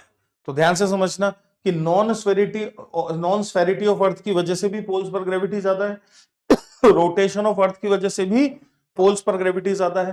तो ओवरऑल पोल्स पर जो ग्रेविटी का वैल्यू है, वो ओवरऑल पोल्स पर ग्रेविटी का वैल्यू हमें ज्यादा दिखता है। ओवरऑल पोल्स पर ग्रेविटी का वैल्यू हमें ज्यादा दिखाई देता है। क्या आपको मेरी बात समझ में आ रही है? बिल्कुल समझ में आ रही है, ठीक है। थोड़े बहुत इस पर सवाल हैं जो कि तुम होमवर्क में करोगे, जैसे ये देखो, find the ratio of acceleration due to gravity at depth d and height h, जहां d की वैल्यू 2h दी हुई है ना। तो सीधे सीधे फॉर्मूले पुट कर देना है। h को r से छोटा बताया है, तो हम एल्टीट्यूड में 1 - 2h by r वाला फॉर्मूला पुट कर सकते हैं, करेंगे। r is the radius of the earth, it's angular velocity and omega is it's angular velocity, omega is its angular velocity, and gp is the value of acceleration to gravity at the pole. Then the effective value of acceleration due to gravity at the latitude 60 degree will be equal to, formula भी देखा, g dash बराबर g minus r omega square cos square phi, है ना। तो gravity का value हो जाएगा gp minus r omega का स्क्वायर और कॉस स्क्वायर 60 डिग्री, कितना, कॉस स्क्वायर 60 डिग्री, ठीक है जी, कॉस स्क्वायर 60 डिग्री। तो क्या कहानी आ जाएगी, जीपी माइनस, प्लस नहीं आएगा, माइनस आएगा, है ना। तो g p minus of -1/4 r omega square आता हुआ दिखाई देगा। G is the acceleration due to gravity on the surface of earth, its value at a height equal to double the radius of the earth. Height double the radius of earth के बराबर है, तो कौन सा expression हमें use करना चाहिए, हमें यूज करना चाहिए g dash is equal to g upon 1 + h upon R E का होल स्क्वायर, ये यूज करना चाहिए। और हाइट कितनी बता दी उसने, value of height is double the radius of the अर्थ, तो h की वैल्यू 2re है, h की वैल्यू कितनी है 2re, वहां सब्स्टिट्यूट कर देंगे, उस जगह पर 2re सब्स्टिट्यूट कर देंगे, और g डैश की वैल्यू g/9 आ जाएगी, फिर g/9, that means D option, C नहीं डी ऑप्शन आता हुआ दिखाई देगा। समझ में आ जाती बात, ऐसा है भाई साहब। चलिए जी, अच्छा जी, तो ये तो हमको समझ में आ गई, ये तो बात हमें समझ में आ गई। अब आ जाते हैं प्लैनेट्स और सैटेलाइट्स की तरफ आ जाते हैं, है ना। तो जो मैं भी थोड़ी देर पहले बात कर रहा था, मान लेते हैं ये कोई प्लैनेट है ना, जैसे कि अर्थ, ये कोई प्लैनेट है और ये कोई सैटेलाइट है स्मॉल एम मास की, ये कोई सैटेलाइट है स्मॉल एम मास की, और ये कोई प्लैनेट है, और इस प्लैनेट के चारों तरफ, इस प्लैनेट के, ये मेरा प्लैनेट है और इस प्लैनेट के चारों तरफ कोई सैटेलाइट घूम रही है, ठीक। इस प्लैनेट के चारों तरफ कोई सैटेलाइट, इस प्लैनेट के चारों तरफ कोई सैटेलाइट घूम रही है ऐसे, ठीक है जी, बिल्कुल दिखाई दे रहा है, समझ में आ रही है बात। तो ये सैटेलाइट है जिसका मास m है ना, और प्लैनेट के सेंटर से सैटेलाइट की जो लोकेशन है, प्लैनेट के सेंटर से सैटेलाइट की जो लोकेशन है, वो जो दूरी है वो है स्मॉल r, जो कि ऑर्बिट का रेडियस भी बनेगा, ये रहा। अच्छा जी, उस सैटेलाइट के पास जो वेलोसिटी है, जिस वेलोसिटी से वो घूम रही है, वो वेलोसिटी है v0, जिसको ऑर्बिटल वेलोसिटी भी कहते हैं, या वेलोसिटी है v0 जिसको ऑर्बिटल वेलोसिटी भी कहते हैं। तो इसको घूमने के लिए नेसेसरी सेंट्रीपिटल फोर्स कौन दे रहा है, ग्रेविटेशनल फोर्स, है ना। तो एक ही इक्वेशन से सारा गेम हो जाएगा, g capital M small m divided by r square is equal to M V square by R, M V nought का स्क्वायर डिवाइडेड बाय आर। यहां से हम ऑर्बिटल वेलोसिटी वी नॉट की वैल्यू समझ सकते हैं कितनी, root G M by R. देखो दिखाई दे रहा है, ऑर्बिटल वेलोसिटी वी नॉट की वैल्यू आ रही है under root of G M divided by R. ये ऑर्बिटल वेलोसिटी वी नॉट है जिस वेलोसिटी से चक्कर लगा रहा है, राइट। ये ऑर्बिटल वेलोसिटी वी नॉट है जिससे ये चक्कर लगा रहा है। अब अगर इसको एच के टर्म्स में लिखना चाहो तो स्मॉल आर को कैपिटल आर प्लस एच लिखकर ऐसा भी लिख सकते हो, कोनो दिक्कत वाली बात नहीं है। अच्छा जी, अगर ओमेगा निकालना चाहो, V equal R omega, omega equal V upon R, V upon R, तो नीचे में आर क्यूब आ जाएगा, कोई दिक्कत नहीं है। और अगर एंग्लो एंटम लिखना चाहो, M V R, M V R, है ना, तो आर रूट में ऊपर आ जाएगा और आपको एंग्लो एंटम भी मिल जाएगा, तो कोई दिक्कत नहीं। सारी चीजों को बड़े मजे से लिखा जा सकता है और समझा जा सकता है। अच्छा जी, अब एक चीज को देखिए, अब आपके पास चूंकि काइनेटिक एनर्जी है, वेलोसिटी है, तो क्या मैं काइनेटिक एनर्जी अगर वो सैटेलाइट की काइनेटिक एनर्जी लिखूं तो वो हो जाएगी half into M into orbital velocity, जो कि है root G M by R का होल स्क्वायर। यही बनेगी काइनेटिक एनर्जी, है ना, यही बनेगी काइनेटिक एनर्जी। तो देखना जरा काइनेटिक एनर्जी का एक्सप्रेशन देखना जरा क्या आ रहा है। तो काइनेटिक एनर्जी का एक्सप्रेशन आ रहा है G capital M small M divided by 2r, ये काइनेटिक एनर्जी है, ठीक। पोटेंशियल एनर्जी का एक्सप्रेशन देखना जरा क्या आएगा। तो पोटेंशियल एनर्जी होगी minus G capital M small M divided by R, और काइनेटिक और पोटेंशियल दोनों को जोड़ देने पर क्या मिलता है हमें, टोटल एनर्जी। काइनेटिक और पोटेंशियल दोनों को जोड़ देने पर टोटल एनर्जी अगर मैं लिखूं तो total energy will be equal to कितना, इन दोनों को जोड़ो तो टोटल एनर्जी आ जाएगी minus G capital M small M divided by 2r। Hence एक ऑर्बिटल सिस्टम की टोटल एनर्जी कैसी है, नेगेटिव है। एक ऑर्बिटल सिस्टम की टोटल एनर्जी नेगेटिव है, और ये एक तरह का बाउंडेड सिस्टम है। टोटल एनर्जी नेगेटिव हो जाने से सिस्टम कैसा हो जाता है, बाउंडेड सिस्टम हो जाता है।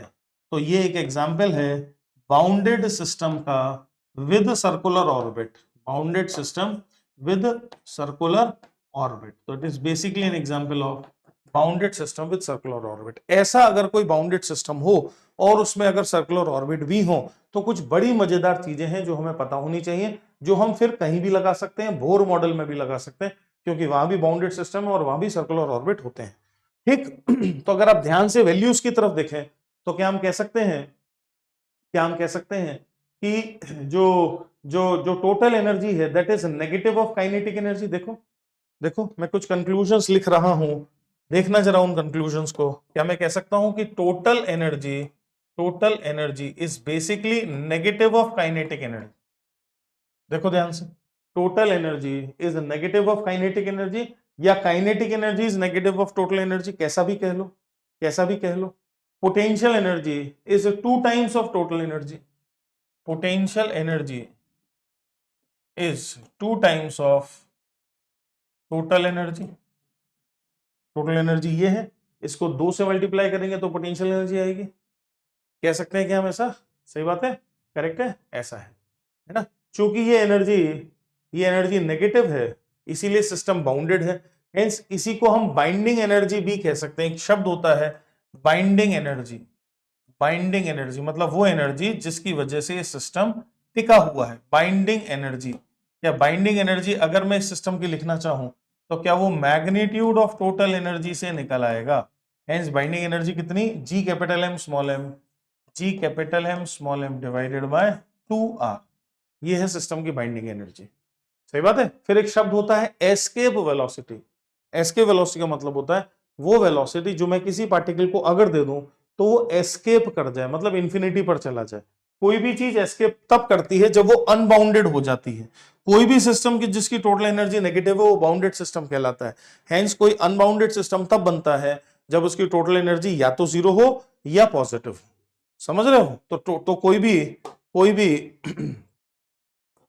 कोई भी सिस्टम अनबाउंड तब होता है जब उसकी टोटल एनर्जी या तो जीरो हो या पॉजिटिव हो, ठीक। तो escape speed, it is the minimum speed with which a body must be projected from the surface of a planet so that it permanently overcomes and escape from the gravitational field of the planet. Body projected with escape speed will be able to go to a point which is at infinite distance from the earth. और ये escape velocity की जो value है वो होती है root 2gm by r, which is further equal to root under root of 2gr, ये इसके वेलोसिटी का फॉर्मूला है, इस पर भी खूब सवाल बनते हैं। अंडर रूट ऑफ 2gm/r है ना, under root of 2gm/r which is equal to under root of 2 into small g into R. ठीक है जी। Escape velocity is independent of mass and direction of projection, very important statement, independent of mass and direction of projection, किसी भी मास की body को किसी भी दिशा में फेंक सकते हैं। अर्थ के लिए जो डेटा है इसके वेलोसिटी का वो है 11.2 किलोमीटर पर सेकेंड, जो कि हमें पता होना चाहिए, पता भी है। अर्थ के लिए इसके वेलोसिटी 11.2 किलोमीटर पर सेकेंड।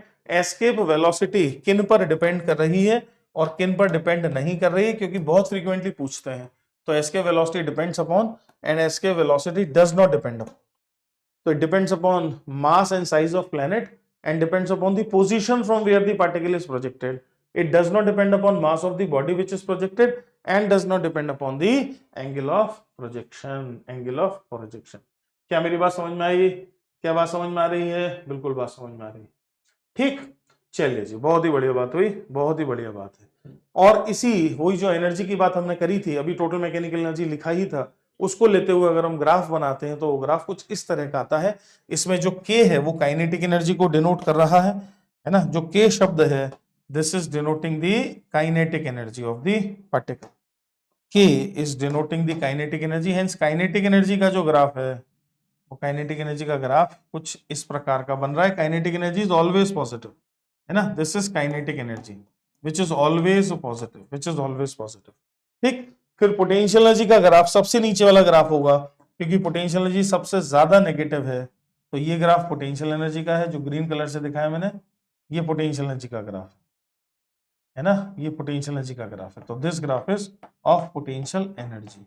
और अब इन दोनों काइनेटिक और पोटेंशियल को जोड़ लेंगे अगर, तो हमें क्या मिलेगा? हमें मिलेगा total energy which is obviously negative, which is obviously negative, which is obviously negative. Hence total energy का ग्राफ अगर खींचते हैं तो टोटल एनर्जी का ग्राफ आर के साथ वेरिएशन टोटल एनर्जी का जो ग्राफ है वो कुछ ऐसा आएगा। एक गिवन आर के लिए ऑब्वियसली टोटल एनर्जी कांस्टेंट होगी, टोटल एनर्जी गिवन आर के लिए कांस्टेंट होगी, पर आर बदलते जाएंगे तो टोटल एनर्जी भी इन अकॉर्डेंस बदलता चला जाएगा। ठीक, फिर कुछ थ्योरेटिकल बातें हैं। जियो स्टेशनरी सैटेलाइट, एक ऐसी satellite which appears to be stationary when seen from the earth is called as geostationary satellite. geostationary satellites के लिए कुछ conditions हैं। ऑर्बिट सर्कुलर होना चाहिए है ना, it must rotate about the same axis as the earth in the equatorial plane. तो ऐसी जियोस्टेशनरी सैटेलाइट इक्वेटोरियल प्लेन में ही रोटेट करती है। रिवॉल्व वेस्ट से ईस्ट, जो अर्थ का रोटेशन सेंस है उसी में रिवॉल्व करना चाहिए। अच्छा जी, टाइम पीरियड 24 घंटे होना चाहिए इसका, है ना। चूंकि टाइम पीरियड 24 घंटे होना चाहिए तो टाइम पीरियड फिक्स होते ही हाइट वगैरह सब फिक्स हो जाती है। हेंस 35,800 किलोमीटर हाइट पर या 42,200 किलोमीटर रेडियस के ऑर्बिट में जियोस्टेशनरी सैटेलाइट्स लगाई जा सकती हैं। अगर आप लगाते हैं तो ऑर्बिटल वेलोसिटी जो देनी पड़ेगी वो है 3.01 किलोमीटर पर सेकेंड, 3.07 किलोमीटर पर सेकेंड, बस इतना काफी हो। 3.07 किलोमीटर पर सेकेंड ये आपको स्पीड देनी पड़ेगी उस सैटेलाइट को अगर उसको जियोस्टेशनरी लगाना है तो। ठीक, जैसे सवाल देखो, if escape speed from the surface of the earth is v, then find the escape speed from the surface of another planet having radius alpha times the radius of the earth and density beta times the density of earth। तो ये क्या चाहता है? ये escape velocity को अर्थ का ये escape velocity को ve जो कि क्या था, v का क्या फॉर्मूला था? ve था under root of 2gm/r, ve was like under root of 2gm divided by radius R. अब ये जो m है इसको डेंसिटी, वॉल्यूम इनटू डेंसिटी में तोड़ लो इस m को। So this is then equal to under root of 2g by r into 4/3 pi r cube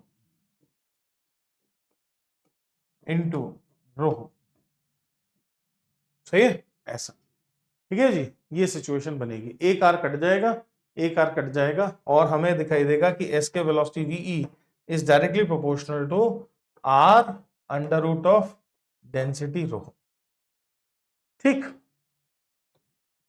तो अब देखो क्या है, रेडियस अल्फा टाइम्स है और डेंसिटी बीटा टाइम्स है, तो अल्फा रूट बीटा टाइम्स हो गया। रेडियस अल्फा टाइम्स है, डेंसिटी बीटा टाइम्स है, तो उस नए प्लेनेट की जो इसके वेलोसिटी है वीई डैश पुराने प्लेनेट की इसके वेलोसिटी के कितने टाइम्स हो गई? अल्फा रूट बीटा, है ना, अल्फा रूट बीटा टाइम्स हो गई, अल्फा रूट बीटा टाइम्स हो गई, ठीक है, ऐसा है। Find the energy required to launch a satellite of mass small n from the Earth's surface in a circular orbit at an altitude of 3 r. अर्थ की surface, तो जब अर्थ की सरफेस से सैटेलाइट को लॉन्च करोगे तो केवल ग्रेविटेशनल पोटेंशियल एनर्जी होगी, है ना, और जब वो वहां पहुंच जाएगी ऑर्बिट ऑफ एल्टीट्यूड 2r, तो टोटल एनर्जी क्या होगी वो समझ लो, दोनों को माइनस कर लो, तो क्या मुझे एनर्जी रिक्वायर्ड आ जाएगा, बिल्कुल आ जाएगा, ठीक है। होमवर्क में आप इसको देखेंगे और करेंगे और समझेंगे, ठीक। चलो जी, ऐसे ही 2-3 क्वेश्चन होमवर्क में हैं, उनको आप करेंगे और समझने की कोशिश करेंगे, ठीक है जी। अच्छा जी, फिर हम धीरे धीरे टुवर्ड्स केपलर लॉस की तरफ बढ़ रहे हैं, तो केपलर लॉस को जरा देखें, तो केपलर लॉस को जरा देखें और समझें। पहला जो केपलर का लॉ है that is called as law of orbits, first law of Kepler is called as law of orbits, second law of Kepler is called as law of areas, है ना। तो फर्स्ट लॉ क्या कहता है, planet moves in elliptical orbit having the sun at one focus, क्या कहता है, sun at one focus और एलिप्टिकल ऑर्बिट। फर्स्ट लॉ क्या कहता है कि कोई भी क्लोज्ड सिस्टम अगर हुआ, बाइंडेड सिस्टम अगर हुआ, तो ऑर्बिट एलिप्टिकल टाइप के होंगे और सन एक फोकस पर होगा, उसके एक फोकस पर होगा, ठीक। Line joining any planet to the sun sweeps out equal areas in equal time, ये बेसिकली एंगुलर मोमेंटम कंजर्वेशन से आता है। ये जो लॉ ऑफ एरियाज है ये आता कहां से है, ये है एंगुलर मोमेंटम कंजर्वेशन। क्या है, एंगुलर मोमेंटम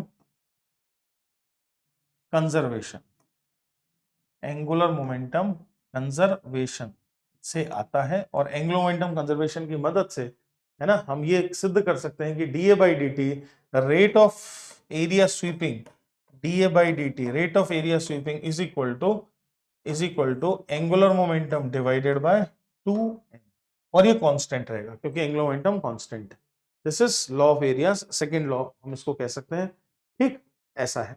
अच्छा जी, थर्ड लॉ जिसको लॉ ऑफ पीरियड्स भी कहते हैं, थर्ड लॉ हमसे कहता है कि किसी प्लैनेट को अगर टी टाइम पीरियड लग रहा है एक पूरे चक्कर लगाने में, तो वो जो टी टाइम पीरियड है T square is proportional to A cube, T square is proportional to A cube, where what is A is the semi major axis, क्या है, semi major axis of the elliptical orbit, है ना, A is the semi major axis of the elliptical orbit. क्या मेरी बात समझ में आ रही है, ऐसा है भाई, ठीक। अच्छा जी, ये है केपलर्स लॉ। अच्छा, केपलर्स लॉ के अलावा एक और चीज होती है पोलर सैटेलाइट्स। पोलर सैटेलाइट्स का क्या मतलब है, these are low altitude satellites but they can go around the poles of the earth in north south direction, whereas the earth rotates about its axis in west to east direction. Its time period is around 100 minutes. It crosses any altitude many times a day. Camera fixed on it can view only a small strips of earth in one orbit. तो जो spy satellites होती हैं वो basically polar satellites होती हैं, है ना, वो किसी भी जगह से गुजर सकती हैं। जियो स्टेशनरी सैटेलाइट्स तो केवल इक्वेटोरियल प्लेन से गुजरती हैं, तो ये लो एल्टीट्यूड दैट मींस 500 से 800 किलोमीटर ऊंचाई पर ही होती हैं, सो दैट ये फोटोग्राफ वगैरह खींच सकें क्लैरिटी के साथ, ठीक। अच्छा जी, अब आखिरी चीज को समझ लीजिए, एक सिचुएशन देखिए कि मान लेते हैं ये कोई प्लेनेट है और हम एक पार्टिकल को प्लेनेट से जोड़ने वाली लाइन से 90 डिग्री के डायरेक्शन को लेते हुए कोई वेलोसिटी v देके छोड़ रहे हैं।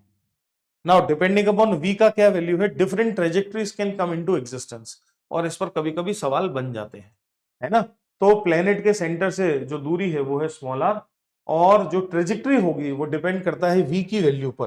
कैसे डिपेंड करता है, ऐसे डिपेंड करता है कि अगर वेलोसिटी, ऑर्बिटल वेलोसिटी जो है √gm/r अगर उससे छोटी हुई तो क्या होगा, बॉडी इलिप्टिकल पाथ पर चलेगी, है ना। अगर v की वैल्यू बहुत छोटी हुई √gm/r से तो बॉडी इलिप्टिकल पाथ पर चलेगी, पाथ छोटा होगा काफी, और पाथ काफी छोटा होने की वजह से ऐसे इलिप्टिकल पाथ पर चलेगी, अर्थ से ही टकरा जाएगी क्योंकि पाथ काफी छोटा होगा, है ना, तो रिटर्न्स टू अर्थ से ही टकरा जाएगी।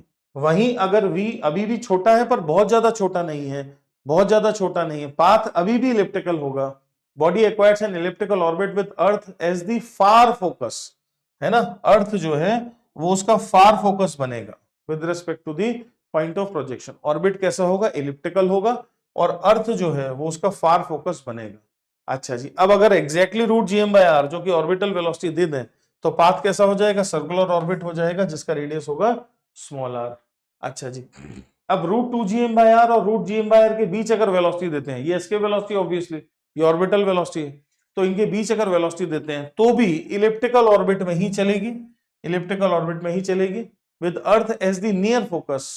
पहले अर्थ फार्दर फोकस था और अब अर्थ कैसा हो जाएगा, नियर फोकस हो जाएगा। फिर अगर ठीक है एस्केप वेलोसिटी के बराबर वेलोसिटी दे दी तो कैसे पाथ पर चलते हुए एस्केप करेगी, पैराबोलिक पाथ पर चलते हुए एस्केप कर जाएगी अर्थ की ग्रेविटी, पैराबोलिक पाथ पर चलते हुए अर्थ की ग्रेविटी एस्केप कर जाएगी।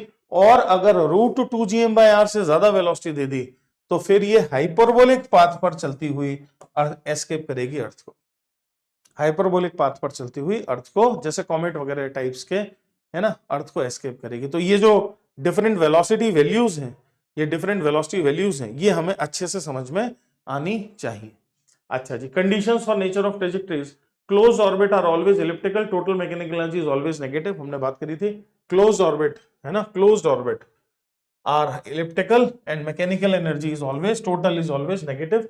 ओपन ऑर्बिट्स आर इधर पैराबोलिक और हाइपरबोलिक, जो तब बनेंगे जब अनबाउंड होगा सिस्टम। तो ओपन ऑर्बिट हमेशा ही या तो पैराबोलिक है या हाइपरबोलिक है, और total mechanical energy non negative बनेगी। जब मैकेनिकल एनर्जी जीरो हो जाएगी, है ना, तो पार्टिकल एस्केप कर जाएगा। When a satellite is orbiting then no energy is required to keep it moving in its orbit. Satellite को ऑर्बिट में चलाने के लिए कोई एनर्जी नहीं चाहिए, क्योंकि ग्रेविटेशनल फोर्स से ही उसको सेंट्रीपिटल फोर्स मिल रहा है। When the speed of the satellite in circular orbit is increased, then its energy increases. It starts moving in elliptical path of greater semi-major axis. And when the height of satellite is increased, potential energy increases and kinetic energy, उसकी जो kinetic energy है वो kinetic energy decrease कर जाएगी। ठीक, चलो जी, और आखिरी चीज एक शब्द है जिसको बोलते हैं वेटलेसनेस। हमने देखा होगा सैटेलाइट वगैरह में फोटोज एस्ट्रोनॉट वगैरह के उड़ते रहते हैं हवा में, क्यों उड़ते रहते हैं, क्या कहानी है, वेटलेसनेस की कहानी है ना। तो हर चीज जो ऑर्बिटल मोशन में है, जो सैटेलाइट की तरह घूम रही है ना, तो हर जो चीज है उस पर नेट फोर्स जीरो है। चूंकि नेट फोर्स जीरो है इसीलिए वो एक तरह से वेटलेसनेस की स्टेट में है उसके खुद के फ्रेम से। If we suspend a body by a spring balance in the satellite, then the spring balance will reach zero. Satellite may be called as falling towards the earth freely because its acceleration is g, because its acceleration is g। ठीक है जी, तो किसी से भी contact में नहीं है और खुद के फ्रेम से नेट फोर्स जीरो है, ऐसी स्थिति को वेटलेसनेस की स्थिति कहते हैं। ऐसी सिचुएशन को वेटलेसनेस की सिचुएशन कहते हैं। ठीक, चलो भाई साहब, थैंक यू वेरी मच। इसके साथ ही अब हमने सारी चीजों को कर लिया है। चूंकि ये बहुत ज्यादा आसान है, ग्रेविटेशन में कुछ पूछा नहीं जाता है, ज्यादा सवाल भी ग्रेविटेशन से नहीं पूछे जाते हैं, बहुत कम, कभी कभी इक्का दुक्का सवाल आ जाए तो आ जाए, तो कोई बहुत ज्यादा इंपॉर्टेंट एरिया नहीं है। मैंने सारी बातों को, सारी चीजों को थ्योरेटिकली तुम्हारे सामने रखा है। कुछ थोड़े से क्वेश्चन होमवर्क में छोड़े, उनको जरूर से कर लीजिएगा, थोड़े से पीवाईक्यूज कर लीजिएगा और मस्त हो जाइए, इसमें कुछ ज्यादा परेशान होने का नहीं है। ठीक है, तो चलो अलविदा लेने का समय आ गया है। मैं मनीष शर्मा आपसे फिर अलविदा लेता हूं और वादा करता हूं कि जल्दी हाजिर होऊंगा दोबारा माइंड मैप के अगले एपिसोड के साथ, माइंड मैप के अगले टॉपिक के साथ, जिसमें फिर हम पूरे टॉपिक को कंसोलिडेटेड फॉर्म में एक ही लेक्चर में देखेंगे। सो दैट वो सारे बच्चे जिनका ये टॉपिक कमजोर है, वीक है ना, या किसी कारणवश नहीं कर पाए, है ना, उनको एक राहत की सांस मिले, उनके लिए एक रे ऑफ होप हो, उनके लिए एक आशा की किरण जैसा हो, है ना। सो दैट जो समस्याएं चल रही हैं उनसे बाहर निकला जा सके। थैंक यू वेरी मच, धन्यवाद, tata, bye bye bye bye, thank you. इस पूरी लेक्चर को आपने जो प्यार से देखा उसके लिए बहुत बहुत धन्यवाद हूँ, बहुत बहुत थैंक यू आपको बोल रहा हूँ। आपके प्यारे प्यारे कमेंट्स भी रेगुलरली मैं पढ़ता हूँ और बहुत अच्छा लगता है तुम्हारे कमेंट्स देखकर। Thank you very much, bye bye bye bye bye bye.